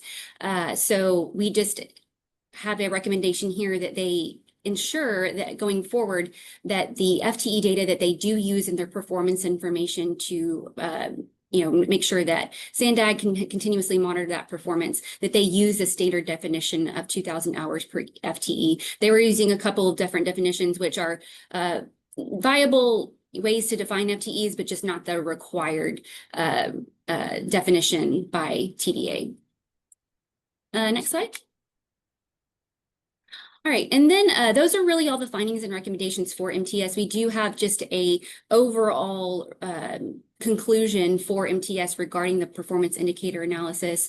Post-pandemic, there was a lot of recovering from some of the ridership issues and just some of the sustainability and other things that came with the pandemic. And so lots of recovery and stabilization post-pandemic, meaningful ridership recovery and operational efficiencies. We do have some sustained cost inflation, which everybody has, a good understanding of just in our environment, fare box pressures and just workforce challenges that remain strategic priorities that MTS continues to prioritize.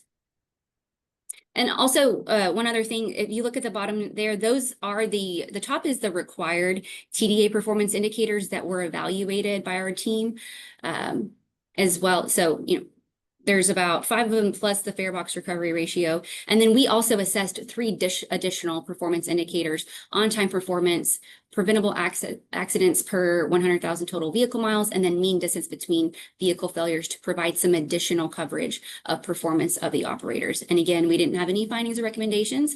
And overall, looks like there's a healthy recovery post-pandemic there. And then next slide, please.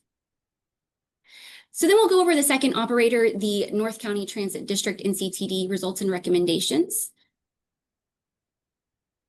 So similar format again, we'll go through the 2 non-compliance findings out of 9 requirements. We did have 1 observation in this area for consideration by the operator. We did also look at their prior audit recommendation implementation. We had 1 partially implemented that we'll talk about briefly. And then the results of the functional review and performance indicators, we did not have findings or observations identified in those areas, which is great. Okay, so 2 findings, 1 observation. Similar to MTS, the lack of executed, actually this one is not the same. This is a little bit different. Lack of executed contracts of operators in the TDA claims process. And so one of the requirements of the statutes is that executed contracts are submitted to SANDAG and reviewed. And then the recommendation here was to ensure that TDA claim submissions do include required executed contracts in the future.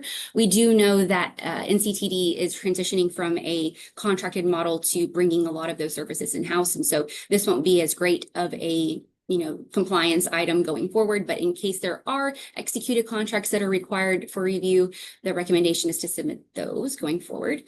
And then finding 2 is one where we had some overlap: lack of submission and approval of retirement plan to SANDAG, similar to the MTS compliance finding, just recommendation here to ensure that that retirement system funding plan is submitted to SANDAG for formal review and approval, just to ensure continued compliance with that item.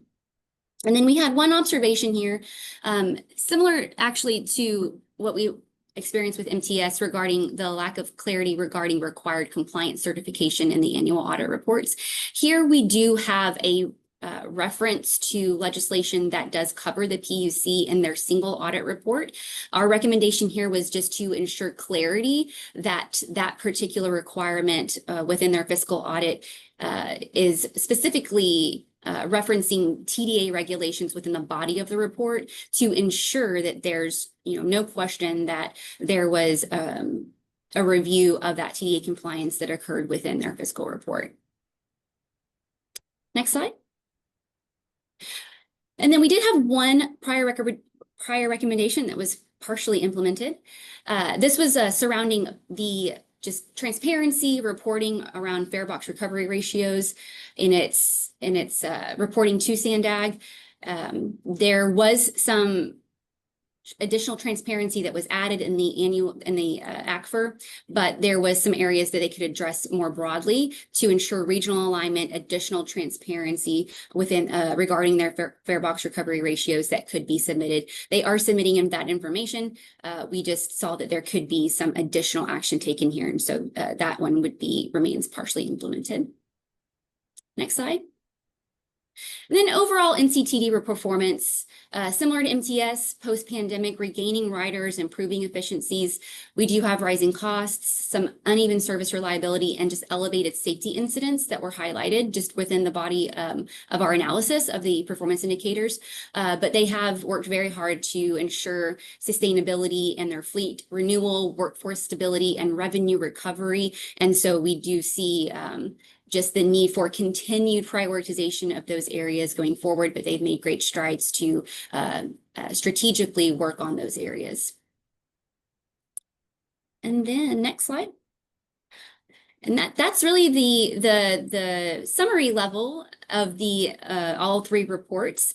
We appreciate your time, and we're happy to take any questions you guys might have on anything that we reported on.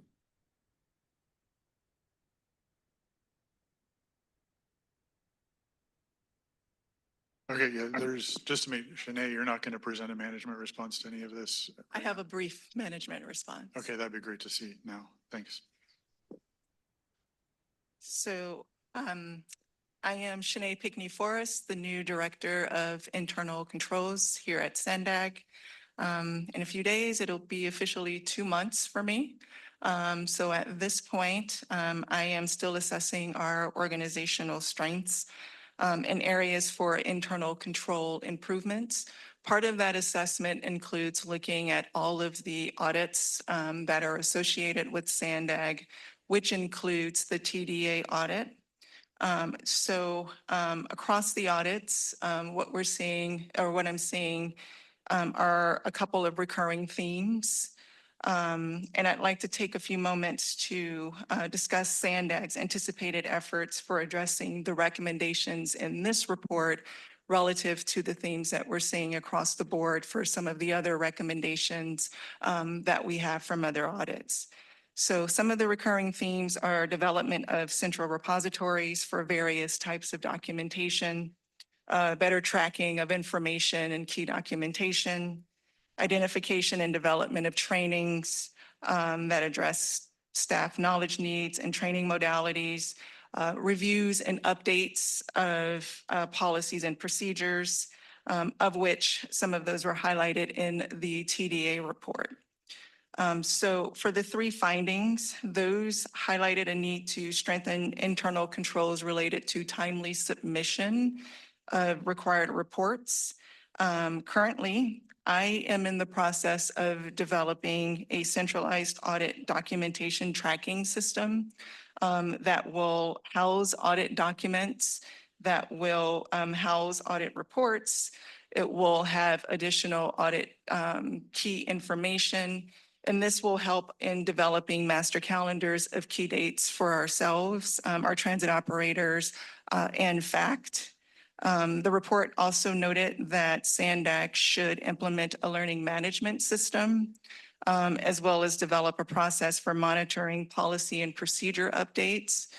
So across the board at SANDAG, we are undergoing a holistic review of our training program, our training needs, and identifying, content delivery methods. And we're also looking at our policies and procedures for those items that need to be updated, revised, and or developed.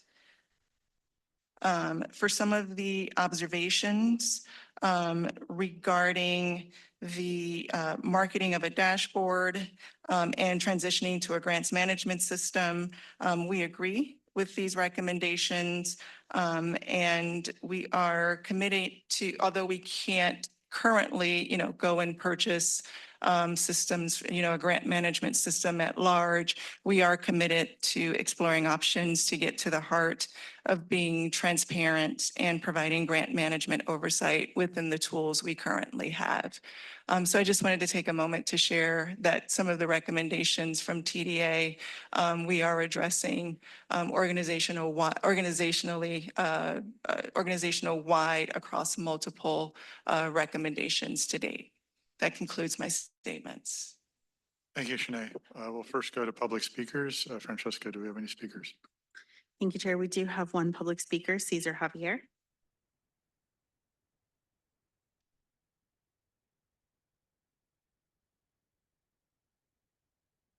Cesar and Pulita, we are a small political unit, District 9, City of San Diego.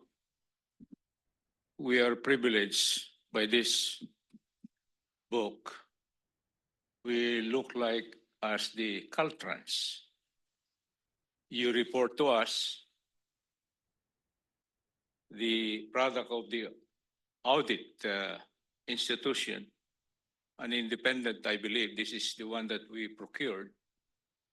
Thank you, SANDAG. Once every 3 years, at least. I wonder why the IPA, which is a vital element in this think tank, if I may say it, they're out here. And most of the issues to be accounted or to be investigated or to be studied is not, we miss that in our think tank here. EIR primarily. You see, Councilor Rivera is our environment chair in the city of San Diego. I think he will not learn. And another thing is about this sole procurement. Another one is the performance of the members of this think tank that composes this SANDAG. We do not see the regional representation of the specific rural sites or municipalities, except the representation of this. Thank you very much. Your time has expired. That concludes the public comments. Thank you. And thanks for the, you're online. Thanks for all of the good audit information and the response, Shanae. Do I have any committee member comments or questions? Well, I can tell this is not the audit committee, but anyway, sorry. Yeah, I did have a couple of questions myself.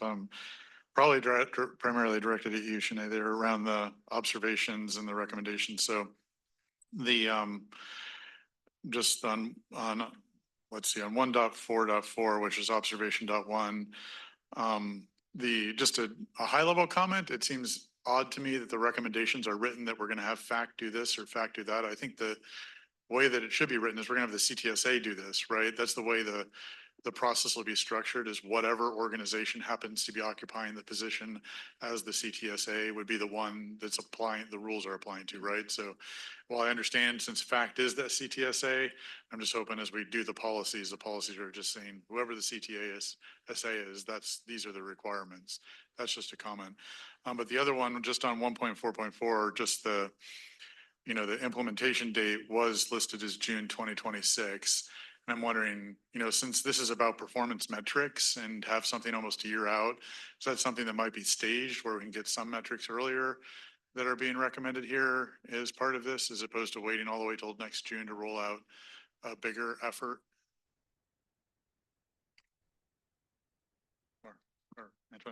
Yeah, I think we could. We are talking though about having to amend the agreement with FACT and add in the requirements to report on performance measures. So we need to first establish the performance measures, and then we would need to go through the process to amend their agreement. So we could do that as quickly as possible, but I think we were just allowing ourselves time to go through that process. Okay, thanks. And then the other one just on 1.4.6, which was observation 3. That was the one that was "do not fully agree," but when you read management response, all it describes is actions that are being done today.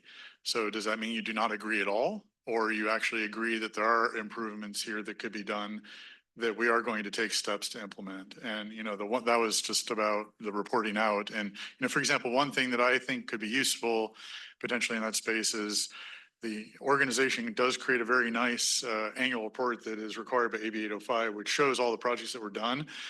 If there were something that were included in that actually shows the progress against the RTP as well, in an objective way, as these performance metrics, that could be useful as well. But I'm not saying that's the right way to do it. I'm just saying, are we agreeing that there are additional things that could be done here, or we're saying we're not going to do anything? So in this particular recommendation, we're currently saying that we differ in opinion by way of we are currently providing information that provides those performance metrics, and we will continue to do so. The June 2026 deadline was to give ourselves some time to evaluate internally as to whether or not there's additional information that could be provided. We would continue to issue the reports that were listed in the response. But that January 2026 was a date for revisiting the recommendation, seeing if the reports that we are putting out are still relevant, providing relevant information, and within the year, identifying if there was additional information that could be provided. Okay, thanks. Yeah, although from my perspective, that one, I didn't have a concern on the June 2026 date, because I think there are things that might have to be that I can see requiring a much longer lead time. That was about the earlier one. This one, I do think, just as a committee member and a board member, I do think from the perspective of the points that they were raising, it's difficult for me to actually understand how we are performing against the objectives in the RTP on a regular basis. And so whatever we can do to improve that would be helpful. Yeah, Brian? If I may just add, for the AB 805 report, we're Yeah. going to go to mobility, I think, next month. You guys asked and the board asked for us to bring that to mobility sooner than later. So we can let them know about this performance recommendation, and then it'll come back to TC in November as well. So awesome. Thanks for that. Another report that we submit to the state every other year is a status report on implementation of the early actions in the regional plan. So that's another report that we could bring forward and share with the transportation Really committee and the interested to board. see it here. Yeah, just from the perspective, actually, because we put out a plan and we say, okay, in 4 years, we expect to be here. And I never have a really good view as to where we are on that. And things change. I understand that. And COVID hits, and I understand that. So I do know we got the Midcoast done. So that's good. Anyway, so that just some more information in that regard would be useful. Thanks. So with that, this item, it does look like we're supposed to recommend advancing the reports to the board. I have a motion to recommend moving to the board.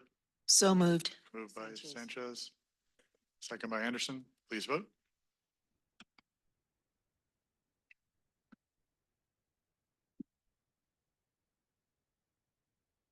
The motion does pass unanimously with those members present. Thank you. Thanks again to staff. With that, we'll move on to item number 7, the San Diego International Airport updates.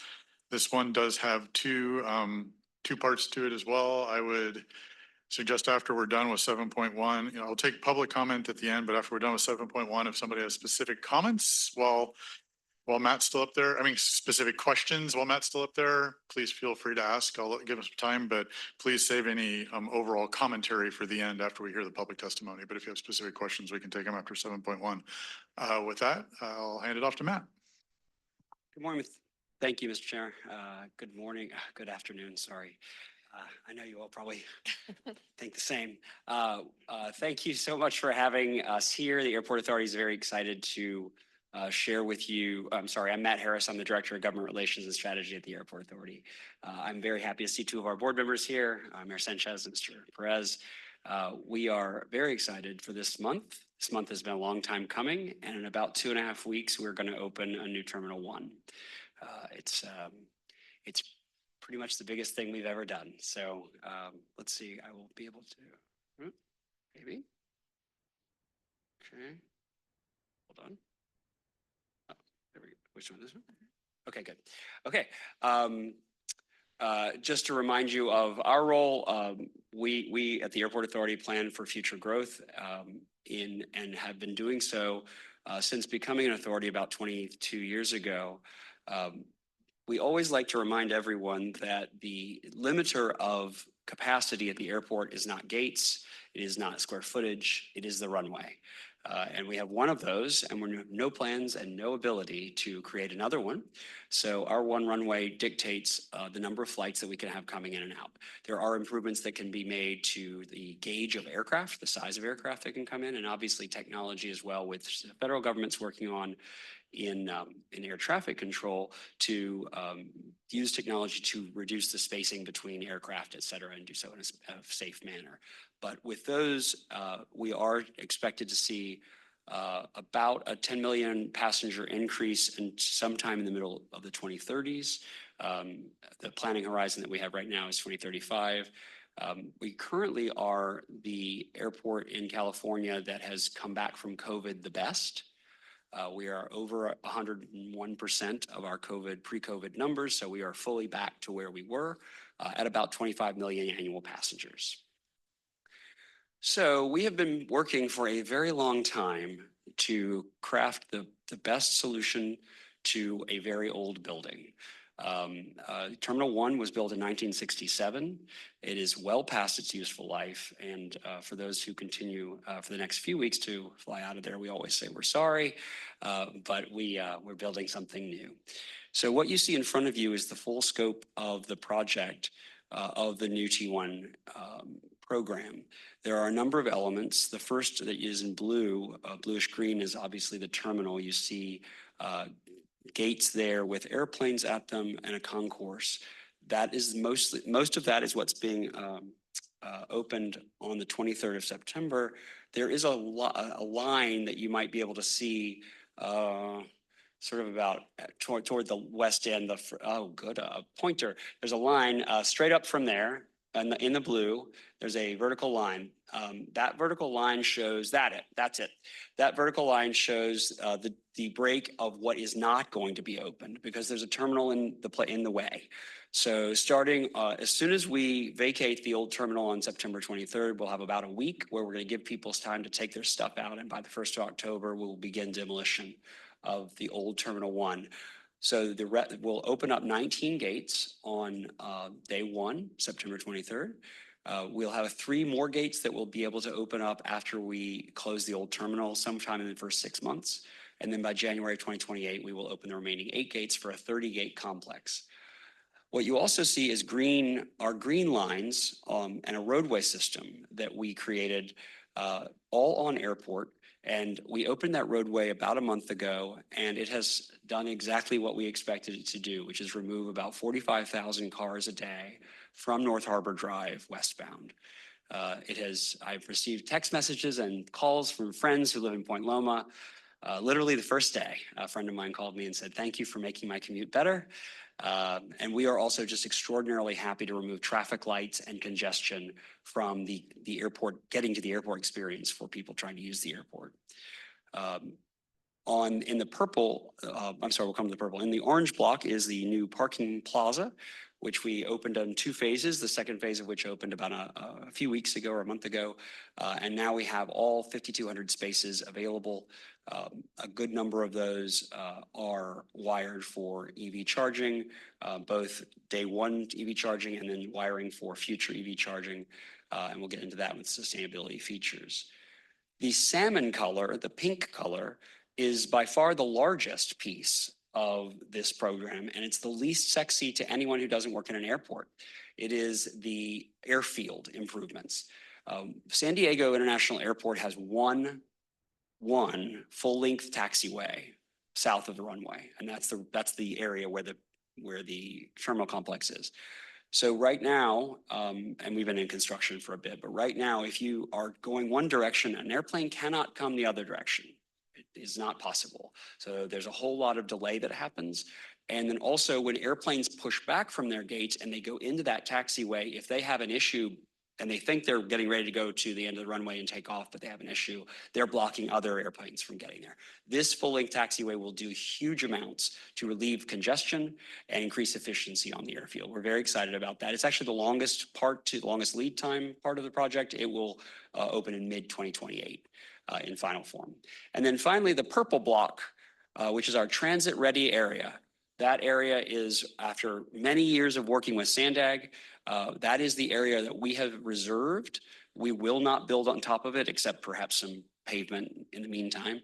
But we will always keep that open until and when the region is ready to put a transit solution into the airport, whatever that transit solution is. And of course, this committee has heard much about that, and we'll hear more as well from Marissa. Next slide is me. So here is the calendar. We're already well down this calendar. Look at September 2025. That's where we are. And then, as I mentioned, the other two dates are early 2028 for the remaining gates opening of phase 1B, and then mid-2028 for the airfield. There are a lot of notable features in the new terminal. We will have one large security checkpoint. It's probably the biggest change that people will see from the new terminal, the old Terminal 1, that and just general space. There will be one checkpoint that you can get through and go to all the gates in Terminal 1. By the end of the project, at the end of the project, we will also open a connector between Terminal 1 and Terminal 2 on the secured side, which will allow all of the gates to be accessed by any of the security checkpoints at the airport. We also have a tremendous number of new shops and restaurants. We have a new airport access roadway that I mentioned already. We are going to, in the second phase, open a children's play area, which is really cool.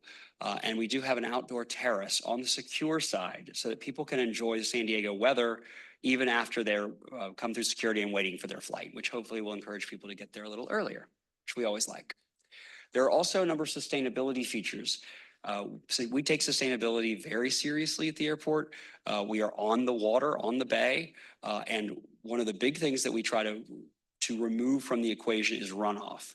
Stormwater runoff is a big problem at airports generally, and all of our outfalls go directly into the bay. So we have a lot of improvements, including a couple of very large cisterns underground to collect rainwater, and we use that for irrigation, as well as we've double plumbed the bathrooms in the new Terminal 1 so that they can flush with that water as well, and that water is also used for our central chilling plant. We do have the San Diego Flyer, which we are operating in conjunction with the services at Old Town. And so we have it's an all-electric shuttle that we have operated for the last 3.5, almost 4 years, and it's doing incredibly well. The 992 bus is our current transit solution beyond Old Town access. It does come to the airport on a constant basis. One thing to point out is, and this just hit the paper today, a release from the Airport Authority, we are closing, due to construction of the next phase, we are having to close the roadway between Terminal 1 and Terminal 2 for vehicles on the arrivals level, the bottom level. That will now be closed for the next 2.5 years. So in order to get between the terminals, one needs to take the shuttle if you're a pedestrian, or there is a detour to do so if you're in your own vehicle. But just to let you know, that is an issue, and that was an issue with MTS with 992. We have worked with MTS to come up with a solution for that, and it will be using the upper level roadway, the elevated, what we call the elevated departures roadway, and that will connect between the two. A lot of people ask what airlines are going to be in the new T1. Southwest is our major tenant. Obviously, they're coming over from the current T1. We also have Breeze and Frontier and JetBlue and Sun Country. We did just hear that Spirit is leaving San Diego in about a month. In early 2026, we will be opening up 3 additional gates. The gates are already there, actually. They're ready to go, but they can't be accessed until we close down the old Terminal 1 because of space. So once that opens up in early 2026, we'll have Air Canada and WestJet join us in Terminal 1. And then when the final gates open up in January 2028, we will move Delta over from T2 West. There are a lot of important and exciting concessions coming open. They are beautiful. I was just in the terminal yesterday. We cannot wait to show it to you all. It's really great. And the concessions are really coming together. They're sort of the last element, but there's now merchandise in the retail concessions, and there's food cooking, and it's very exciting. They're doing all the testing. So what we tried to do in this was to create a feeling of San Diego throughout the entire airport. You will see San Diego concepts: Better Buzz Coffee, Luna Grill, Lofty Coffee, Cutwater, Taco Stand. We do have a few national brands. There is a McDonald's for parents to get their Happy Meals. It is one of the prettiest McDonald's. Someone told me yesterday who saw it, it's one of the prettiest McDonald's they've ever seen. So there's that. We also focus on public art. We recognize that airports are major public spaces, and we want to make sure that they are beautiful and have beautiful art as well. So there are some really cool art projects, artists projects throughout. You will see the very first two you will see are Migrations by Walter Hood and Rise by Matthew Mazzotta. They are on the outside of the terminal. Everyone gets a nickname, so Rise is frequently called the jellyfish, and you will see the jellyfish sitting outside the terminal. It's very pretty.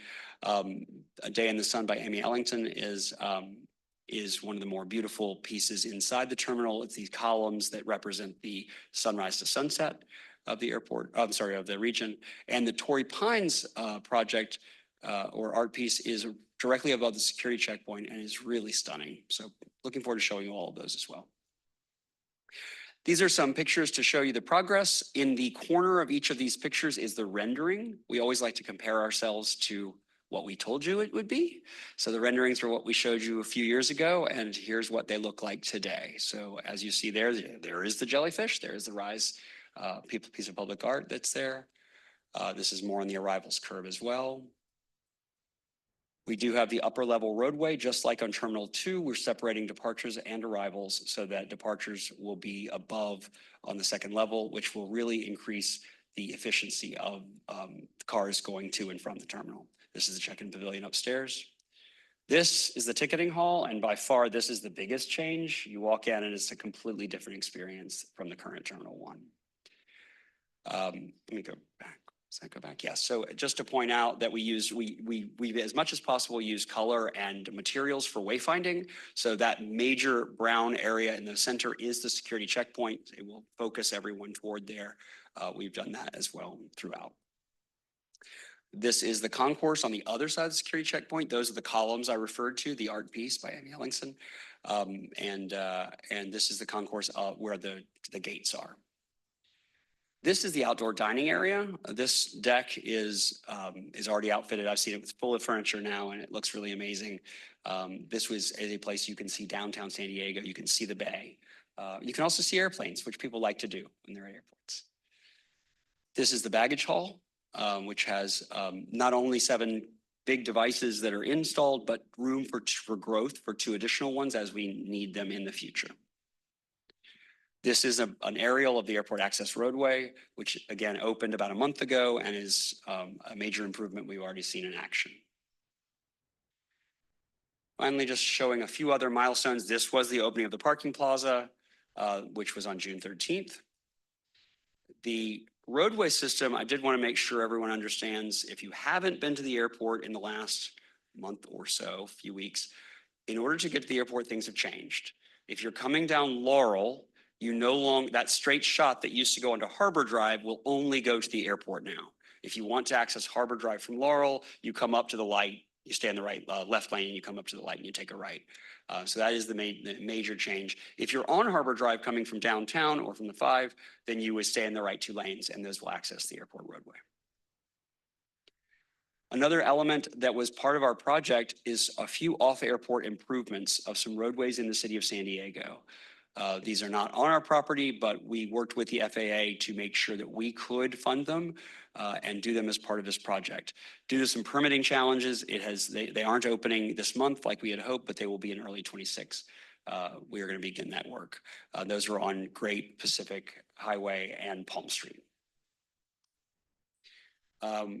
Big milestones coming up in a few weeks. So we are opening the terminal overnight, essentially. So on the night of February, September 22nd, we will have the final flights they'll overnight. They will come into the new terminal and people will walk off planes and not know where in the world they are. So we're going to meet them and tell them they are in San Diego.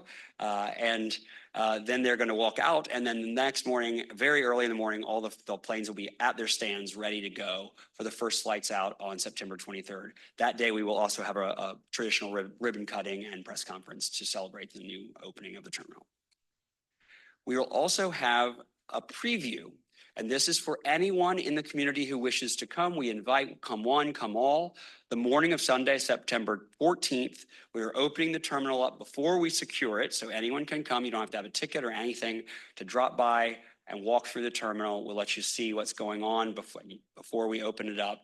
It's after that date, actually, that we will lock it down, and we'll spend the next week doing our security sweeps and getting it ready for passengers and bags.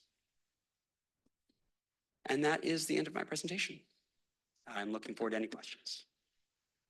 Anybody have any specific questions? Yes, Eric. Thank you very much. I appreciate that presentation. But I think it's going to be a beautiful airport, but I'd like to see, just speaking for myself, as a land acknowledgement for the tribes when people come to Southern California and San Diego to recognize the tribes that were here on this San Diego before time memorial. I think that'd be neat to see something like that in the airport. Thank you. Thank you for that. Yeah, and I get, oh, yep. I just have a quick question. I know that we have 4 contracted ride shares. Do we have any plans in the future for automated vehicles? We have heard from Waymo, for instance, the company Waymo. We've heard from them that they're doing testing in San Diego. We aren't the entity that would permit that. If they were to be permitted in San Diego, we would certainly welcome them. We would work with them. What they told us they were doing when they were coming in was simply to map it out with human drivers in their cars, mapping it out so they could do it in the future. Those are decisions for the regulatory authorities as far as when to permit them to be in San Diego, but we would welcome that. And then finally, when thinking about the rental facility, I think at some point they talked about a high-end restaurant on the roof. Is that moving forward as well, or what's the status? That unfortunately did not come to pass. The space is still there. We worked on it a fair bit last decade, and it did not. We couldn't figure out a correct tenant who wanted to do it and would do it at their, anything that would make financial sense. Essentially, it didn't pencil out, unfortunately. Thanks. Yeah, Jennifer.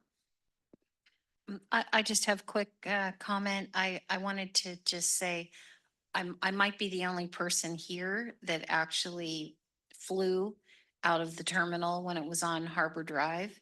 And so I remember fondly when Terminal 1, well, it wasn't Terminal 1 there. It was the new terminal on where it's located. Well, I remember it was on Pacific Highway. Yeah, when the terminal was on Pacific Highway. My grandmother worked for American Airlines. So if just put your head around that when that happened. So anyway, I'm very excited about the project and thank you for showing this. And I'm going to be there on the 14th. So thank you. Well, thanks, Mayor Sanchez. Thank you. It's been an amazing journey being on the Airport Authority. It's been really an honor to watch this from that point of view and watching the tremendous, highly qualified staff that's on the Airport Authority administration, and to watch everything come in under budget or at budget. It's been, and no extensions. It's been just wonderful to see the professionalism and really the dreams coming true. So I really did love especially the public art piece. And it's just because I know that we talked about how much of the budget it should be. And it just looks beautiful. really beautiful. So I just wanted to, you know, as someone who gets to be on this board through the Airport Authority, it's just been a fantastic experience. Thank you. Go ahead, Mr. Perez. And I'll just add one thing that was mentioned, but I would like to spotlight is I think one of the biggest improvements being the Transportation Committee is if you've driven down Harbor Drive since the on-airport road opened, it's like empty. There's like all this room to change lanes and drive through and get a green light. And so I think the impact to the region is going to be most felt for everyday users that aren't going to the airport on the capacity that's opened up on Harbor Drive. So I wanted to spotlight that although the terminal is beautiful and the artwork is amazing, that on airport roadway is probably one of the most underrated improvements in this whole project. Thank you. And if I may, I should probably mention, thank you, Mr. Perez, for mentioning it. It begs the question, why not the other direction?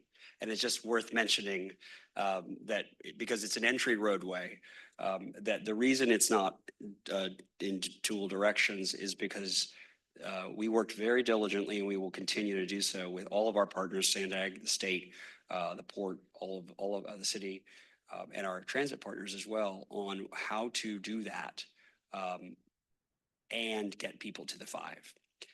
Because the vast majority of people need to get to one of the freeways. And if you dump them out a mile later, it's still dumping them out into Little Italy. And the solution needs to be for that. So that is a long-term solution that needs to happen. And we will continue to work with our partners to do that.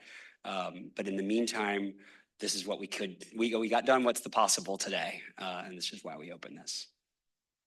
Yeah, and I just wanted to quickly touch on one of your first comments and questions, which is the restriction is not just one way, it's the length of the runway as well. And you made a comment about bigger planes, but there isn't really any ability to get the larger planes in per se, I assume, at this point that require a longer runway. It's just the plane sizes on average are getting bigger? No, actually, we have essentially all but the A380 can be and fully loaded? Essentially, yes. It depends on the mix that's necessary, but we now have more and more because of the change in the airplanes. So 787s and A350s in particular, they're made out of composite materials. They're lighter. It's just a very different mix now than it was 20 years ago when I started the Airport Authority. So we do have that ability. The bigger question is going to be on the change of gauge of the regular domestic flights. It's not the large aircraft. It's going from a 737 of one type that might be 160 people to one that can hold 190 or 200 people. And those are the kinds of up gauges that can happen over time that can create more capacity. Yeah, I thought you were referring to that. And that also then gets back to the terminal, having been a regular user of Southwest over the years. When I first regularly flew them, they sat 122. Now they often sit 175, and those gates cannot handle that. I mean, it's just nuts. Hopefully there'll be more seating, but right now, very much looking forward to this, having just come back in last weekend and the terminal was so packed there wasn't even moved a room, much less have room to sit. So we are sorry. Just looking forward to that. Not only will you have seating, we'll have power ports, and we'll have all sorts of. There's even rocking chairs. It's very. Now, as a nice segue into Marissa's part, I do appreciate the road improvements, but as somebody who is probably anywhere from 10 to 15 to 16 times a year been using the coaster with the shuttle, I'm looking forward to what else we can do, because I have to admit, if you want to take transit from North County right now, the lead time is pretty unreasonable. Fortunately, I can work wherever I want to work, so I just pull out my laptop and start working. But looking forward to your presentation, Marissa. Thanks. Thanks a lot. Would someone mind just telling me the time, just so I can keep that in mind? Time check. It's 3:25. Okay, thanks. So hi, everyone. I'm Marissa Mangan, the current project manager and regional planner here for the Airport Transit Connection Project. We like to refer to this project as ATC around here, and I'll do the same during this presentation. Appreciate the time on this afternoon's agenda. As a friendly reminder, we are planning for an airport transit connection to the airport only, no longer a Central Mobility Hub component. So linking to both of our heavily used transit hubs like Old Town Transit Center and Santa Fe Depot. In addition, our current draft 2025 regional plan assumes near-term investments in enhanced bus connections to the airport prior to a potential longer-term rail connection to the airport. So I wanted to make that clear up front. And I always love to remind anyone who will listen that our transit connection to our urban airport is only going to be as strong as the regional network connecting to it. So fast, frequent, reliable services from our rail and buses connecting to our transit hubs and an airport transit link will help make the whole system thrive. One major task we committed to completing as part of this project was an updated airport travel survey. The purpose of the survey was to collect post-pandemic data on how residents, visitors, and employees are getting to and from the airport in our more recent era.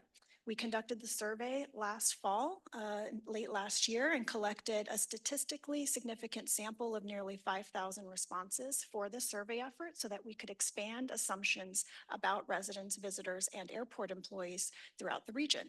So collecting information as to how they get to the airport, what places they're coming from, and more. We did interviews in person throughout airport property. Thanks for letting us there.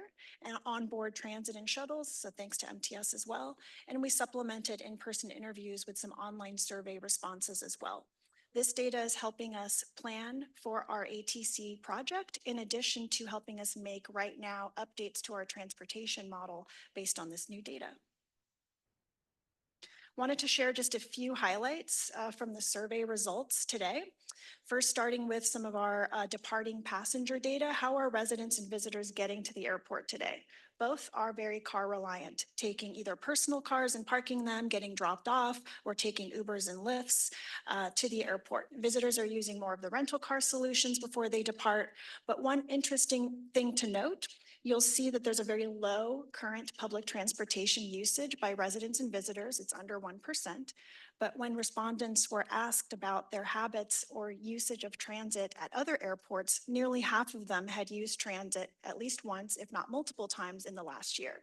And that signals to us an opportunity where if we can improve our transit connections near term and long term to the airport, folks that are already departing out of our airport are maybe more amenable to using new solutions, and it can help balance out this mode share a little better to make it slightly less car reliant. Another interesting thing we're learning is some of the origins of where people are coming from as they head to the airport to get onto their departing flight. So paying attention to the downtown area, that's very rich in transit today. We see that a handful of trips are originating downtown and headed to the airport via transit. Those are the blue diamonds on the map.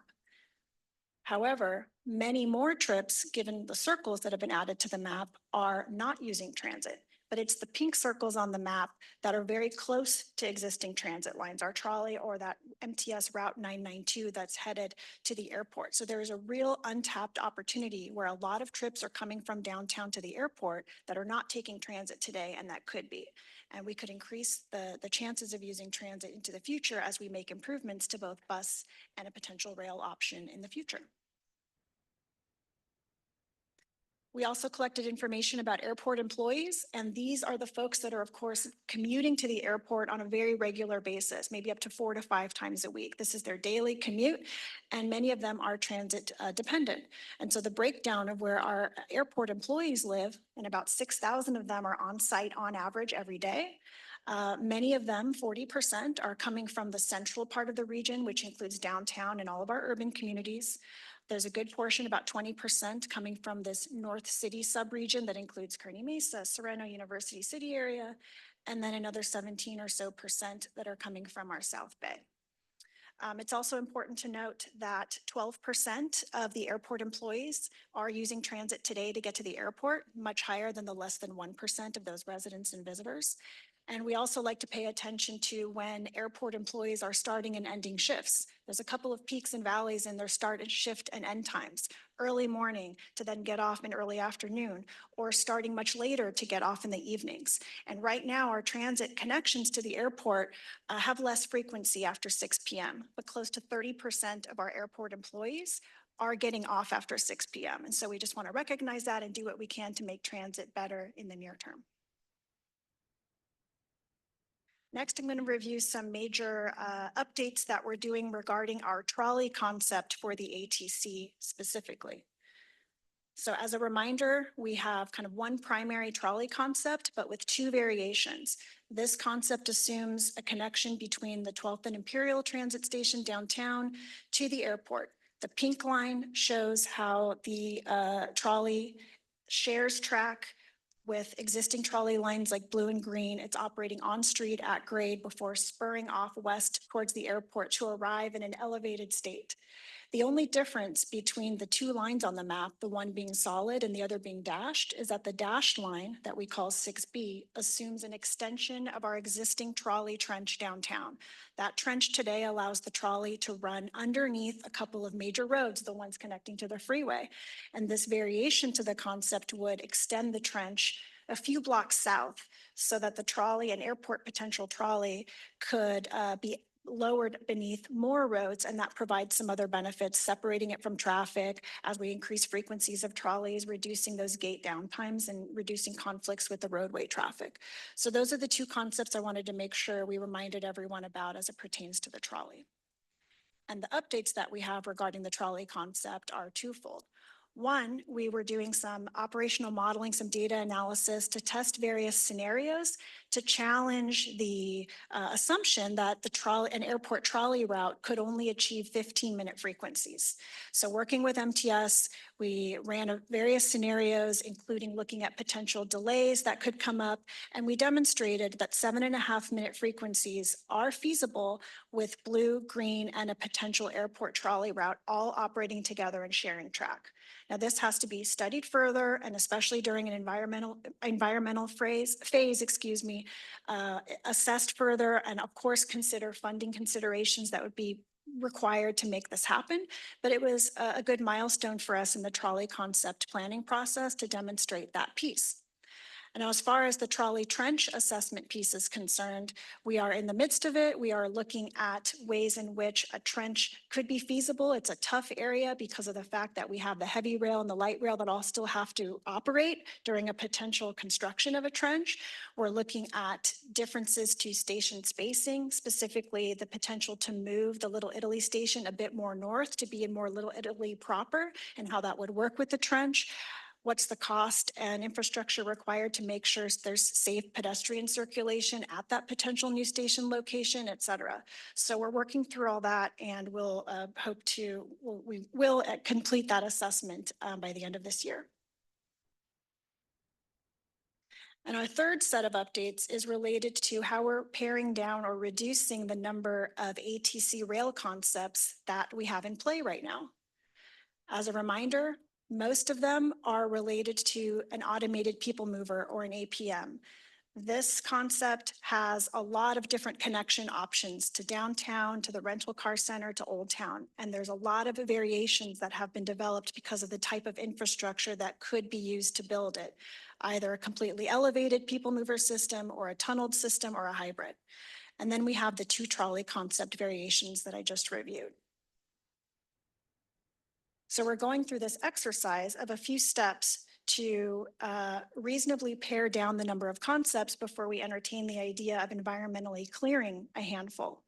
The first step that we looked at was, let's assess all of the concepts based on their transit connectivity. How well does each of these ATC concepts connect to our regional transit system? What is the transit ridership in and around the proposed ATC station areas? And so the map is illustrative to show what kinds of catchment areas or shed areas, as we like to call them, around some of the proposed ATC stations we looked at to look at ridership ons and offs and riders passing through. How well will the connectivity of an ATC concept be with our existing network and our planned network? And then we also looked at our two primary travel markets for an ATC system, residents and visitors. And so we wanted to assess each concept based on how many people and places are accessible to each of those concepts. Folks that are passengers, people who live here but are departing, employees, our equity populations, those that are wanting to get to colleges and universities because they're here on travel or they live here and they're transit dependent. All of those populations we looked at, in addition to a visitor analysis, number of jobs, the number of hotel rooms or conference spaces that are within some of these travel sheds. And what we did was take the kind of rankings or scores from each of those three metrics and come up with a composite score to help us rank or score all of the concepts against each other. We found that as a result, concepts 1 and 2 that are comprised of 4 variations that have APM connections from airport to the north, those scored exceptionally low compared to the rest. And I'll click one more time, I think, to illustrate how those north-only concepts for the people mover have been paired out due to that assessment. Our next step is to carry out a couple of more steps of pair down based on other more qualitative criteria that's just as important as some of these quantitative metrics.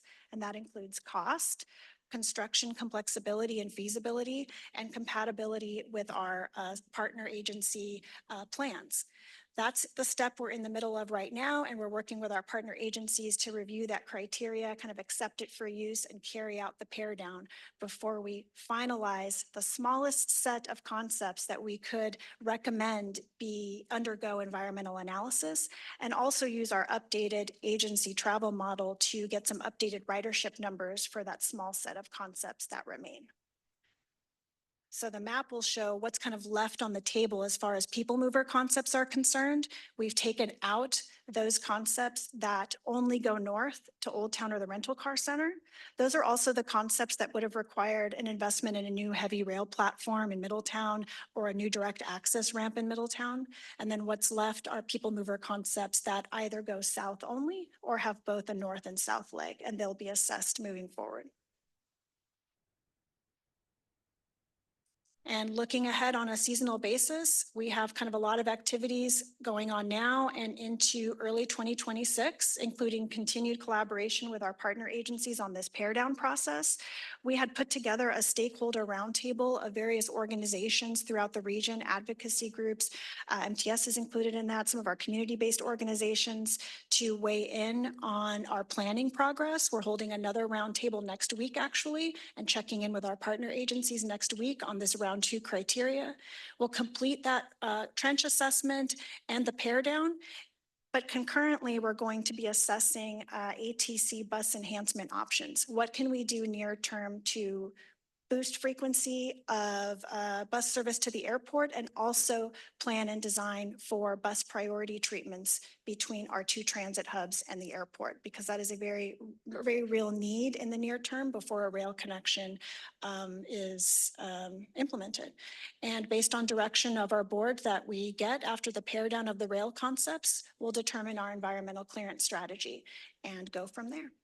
So I tried to be brief, but still thorough, given our time here on a Friday afternoon, but I'm happy to take any questions. Thank you. Really great update, and I appreciate all the information. We'll start with public comment. Due to the lateness, I've asked the time to be reduced to 90 seconds per speaker. Can we have our first speaker? Thank you. Our first speaker will be Cesar Javier, followed by Marco Espinoza. Thank you, Mr. Chair. Thank you, Mario. Point of clarification, do I have 4 minutes? I will speak on 7.1, 7.2 as signed up. It's one agenda item. You have 90 seconds, so please use it effectively. Thanks. Oh, is it clear to land, sir? 7.1, 7.2? You have 90 seconds, Cesar, and your time's running out. You have 90 seconds to talk. Let's say what you need to say. Thank you. Safety, equity, climate action. These are the spheres that we seem to be completely agree for the good impact. Engineering is accurate, and it is an engineering marvel. The clarification on the length of the runway has something to do with that edifice, the shell. I wonder, these businesses inside has more priority than safety. Another thing is, I do not really comment on the connectivity. is another marble. But those pointers that I have mentioned, together with our thoughts with my wife, is a big question mark. Thank you very much. Our next speaker will be Marco Espinoza, followed by Alex Wong, and Alex will be our final speaker. Hello, Marco Espinoza. The study of where the employees live, I thought was fantastic. You're not just thinking about making money in customers and writers, you're thinking about people that you work with day in and day out. So I love that. I will be there on the 14th. I'm excited. I'm sure you've heard about my want to build more than 500 feet. And so Limburg Field is just from a different era. But I'm happy for the improvements and for the eventual trolley line. Thank you. Terminal 2, which I know we're not discussing right now, but that water piece when you first walk in, and if it's still Stone Brewery, love that. Looking forward to all the new places in Terminal 1. I don't fly a lot, but I do love to fly. So I'm looking forward to it and watching the planes come and go. Biggest plane I know that we have is 777. I've used it one time. Thank you very much. Looking forward. Thank you. Our final speaker will be Alex Wong. You can go ahead. I support the South Leg automated people mover. People movers aren't just for airports. Cities including Copenhagen, Tokyo, Seoul, Singapore, Vancouver, Torino, Italy, and Toulouse, France have built entire rail lines using automated people mover technology to serve dense urban areas entirely outside of airports with up to 85-second frequency. Not 85-minute frequency, 85-second frequency, a train every 85 seconds in each direction. Under the people mover concept, blue and green lines would each have 50% more capacity than they would under the airport trolley concept. That 50%, that's 50. The trolley tracks between Hawthorne and Santa Fe Depot can handle 24 trains per hour per direction. The airport trolley would merge onto these tracks. This would create a bottleneck that would split the 24 trains per hour among the free lines, limiting them each to 8 trains per hour or 7.5-minute frequencies. 7.5-minute frequencies will be woefully inadequate. Mid-coast ridership has grown so rapidly that MTS planned to double mid-coast frequencies from 15 to 7.5 minutes by this June, and that's before University City upzoned for 72,000 new jobs and 50,000 new residents near the mid-coast. By contrast, the people mover would not share tracks with existing trolley lines. Thus, the blue and green lines would have the 24 train per hour capacity all to themselves, allowing each to run 12 trains per hour. 50% more capacity than the 8 trains per hour they'd have under the airport trolley concept.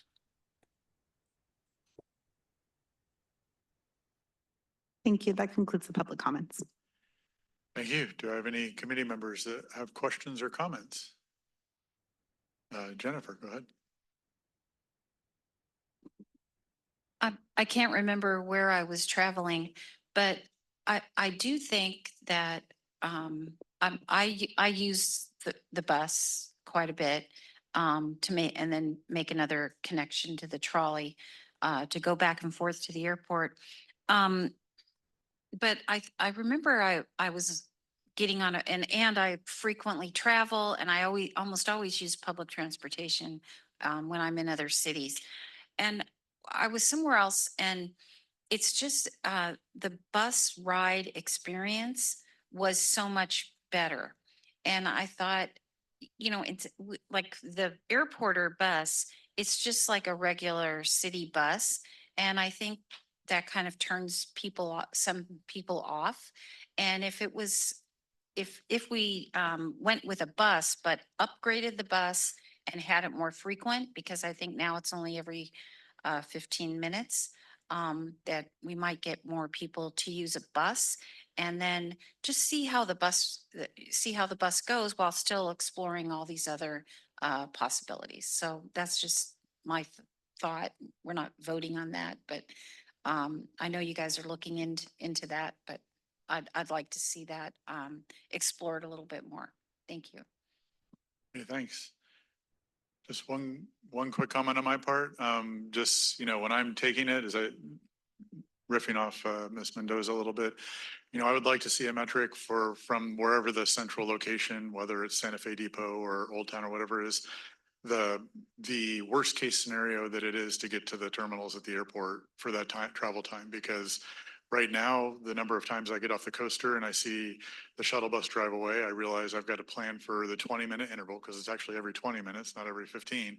And then it's a 20-minute drive. So I've got to make sure I've got 40 minutes built in my schedule as a buffer because you can't do averages. You've got to do the worst case when you're trying to make a plane. So I just would like to see that called out as like for each one of the scenarios, how long is it going to take to get from that transit location to the airport and the terminal and start going through the check-in process? Because that's how I do my math.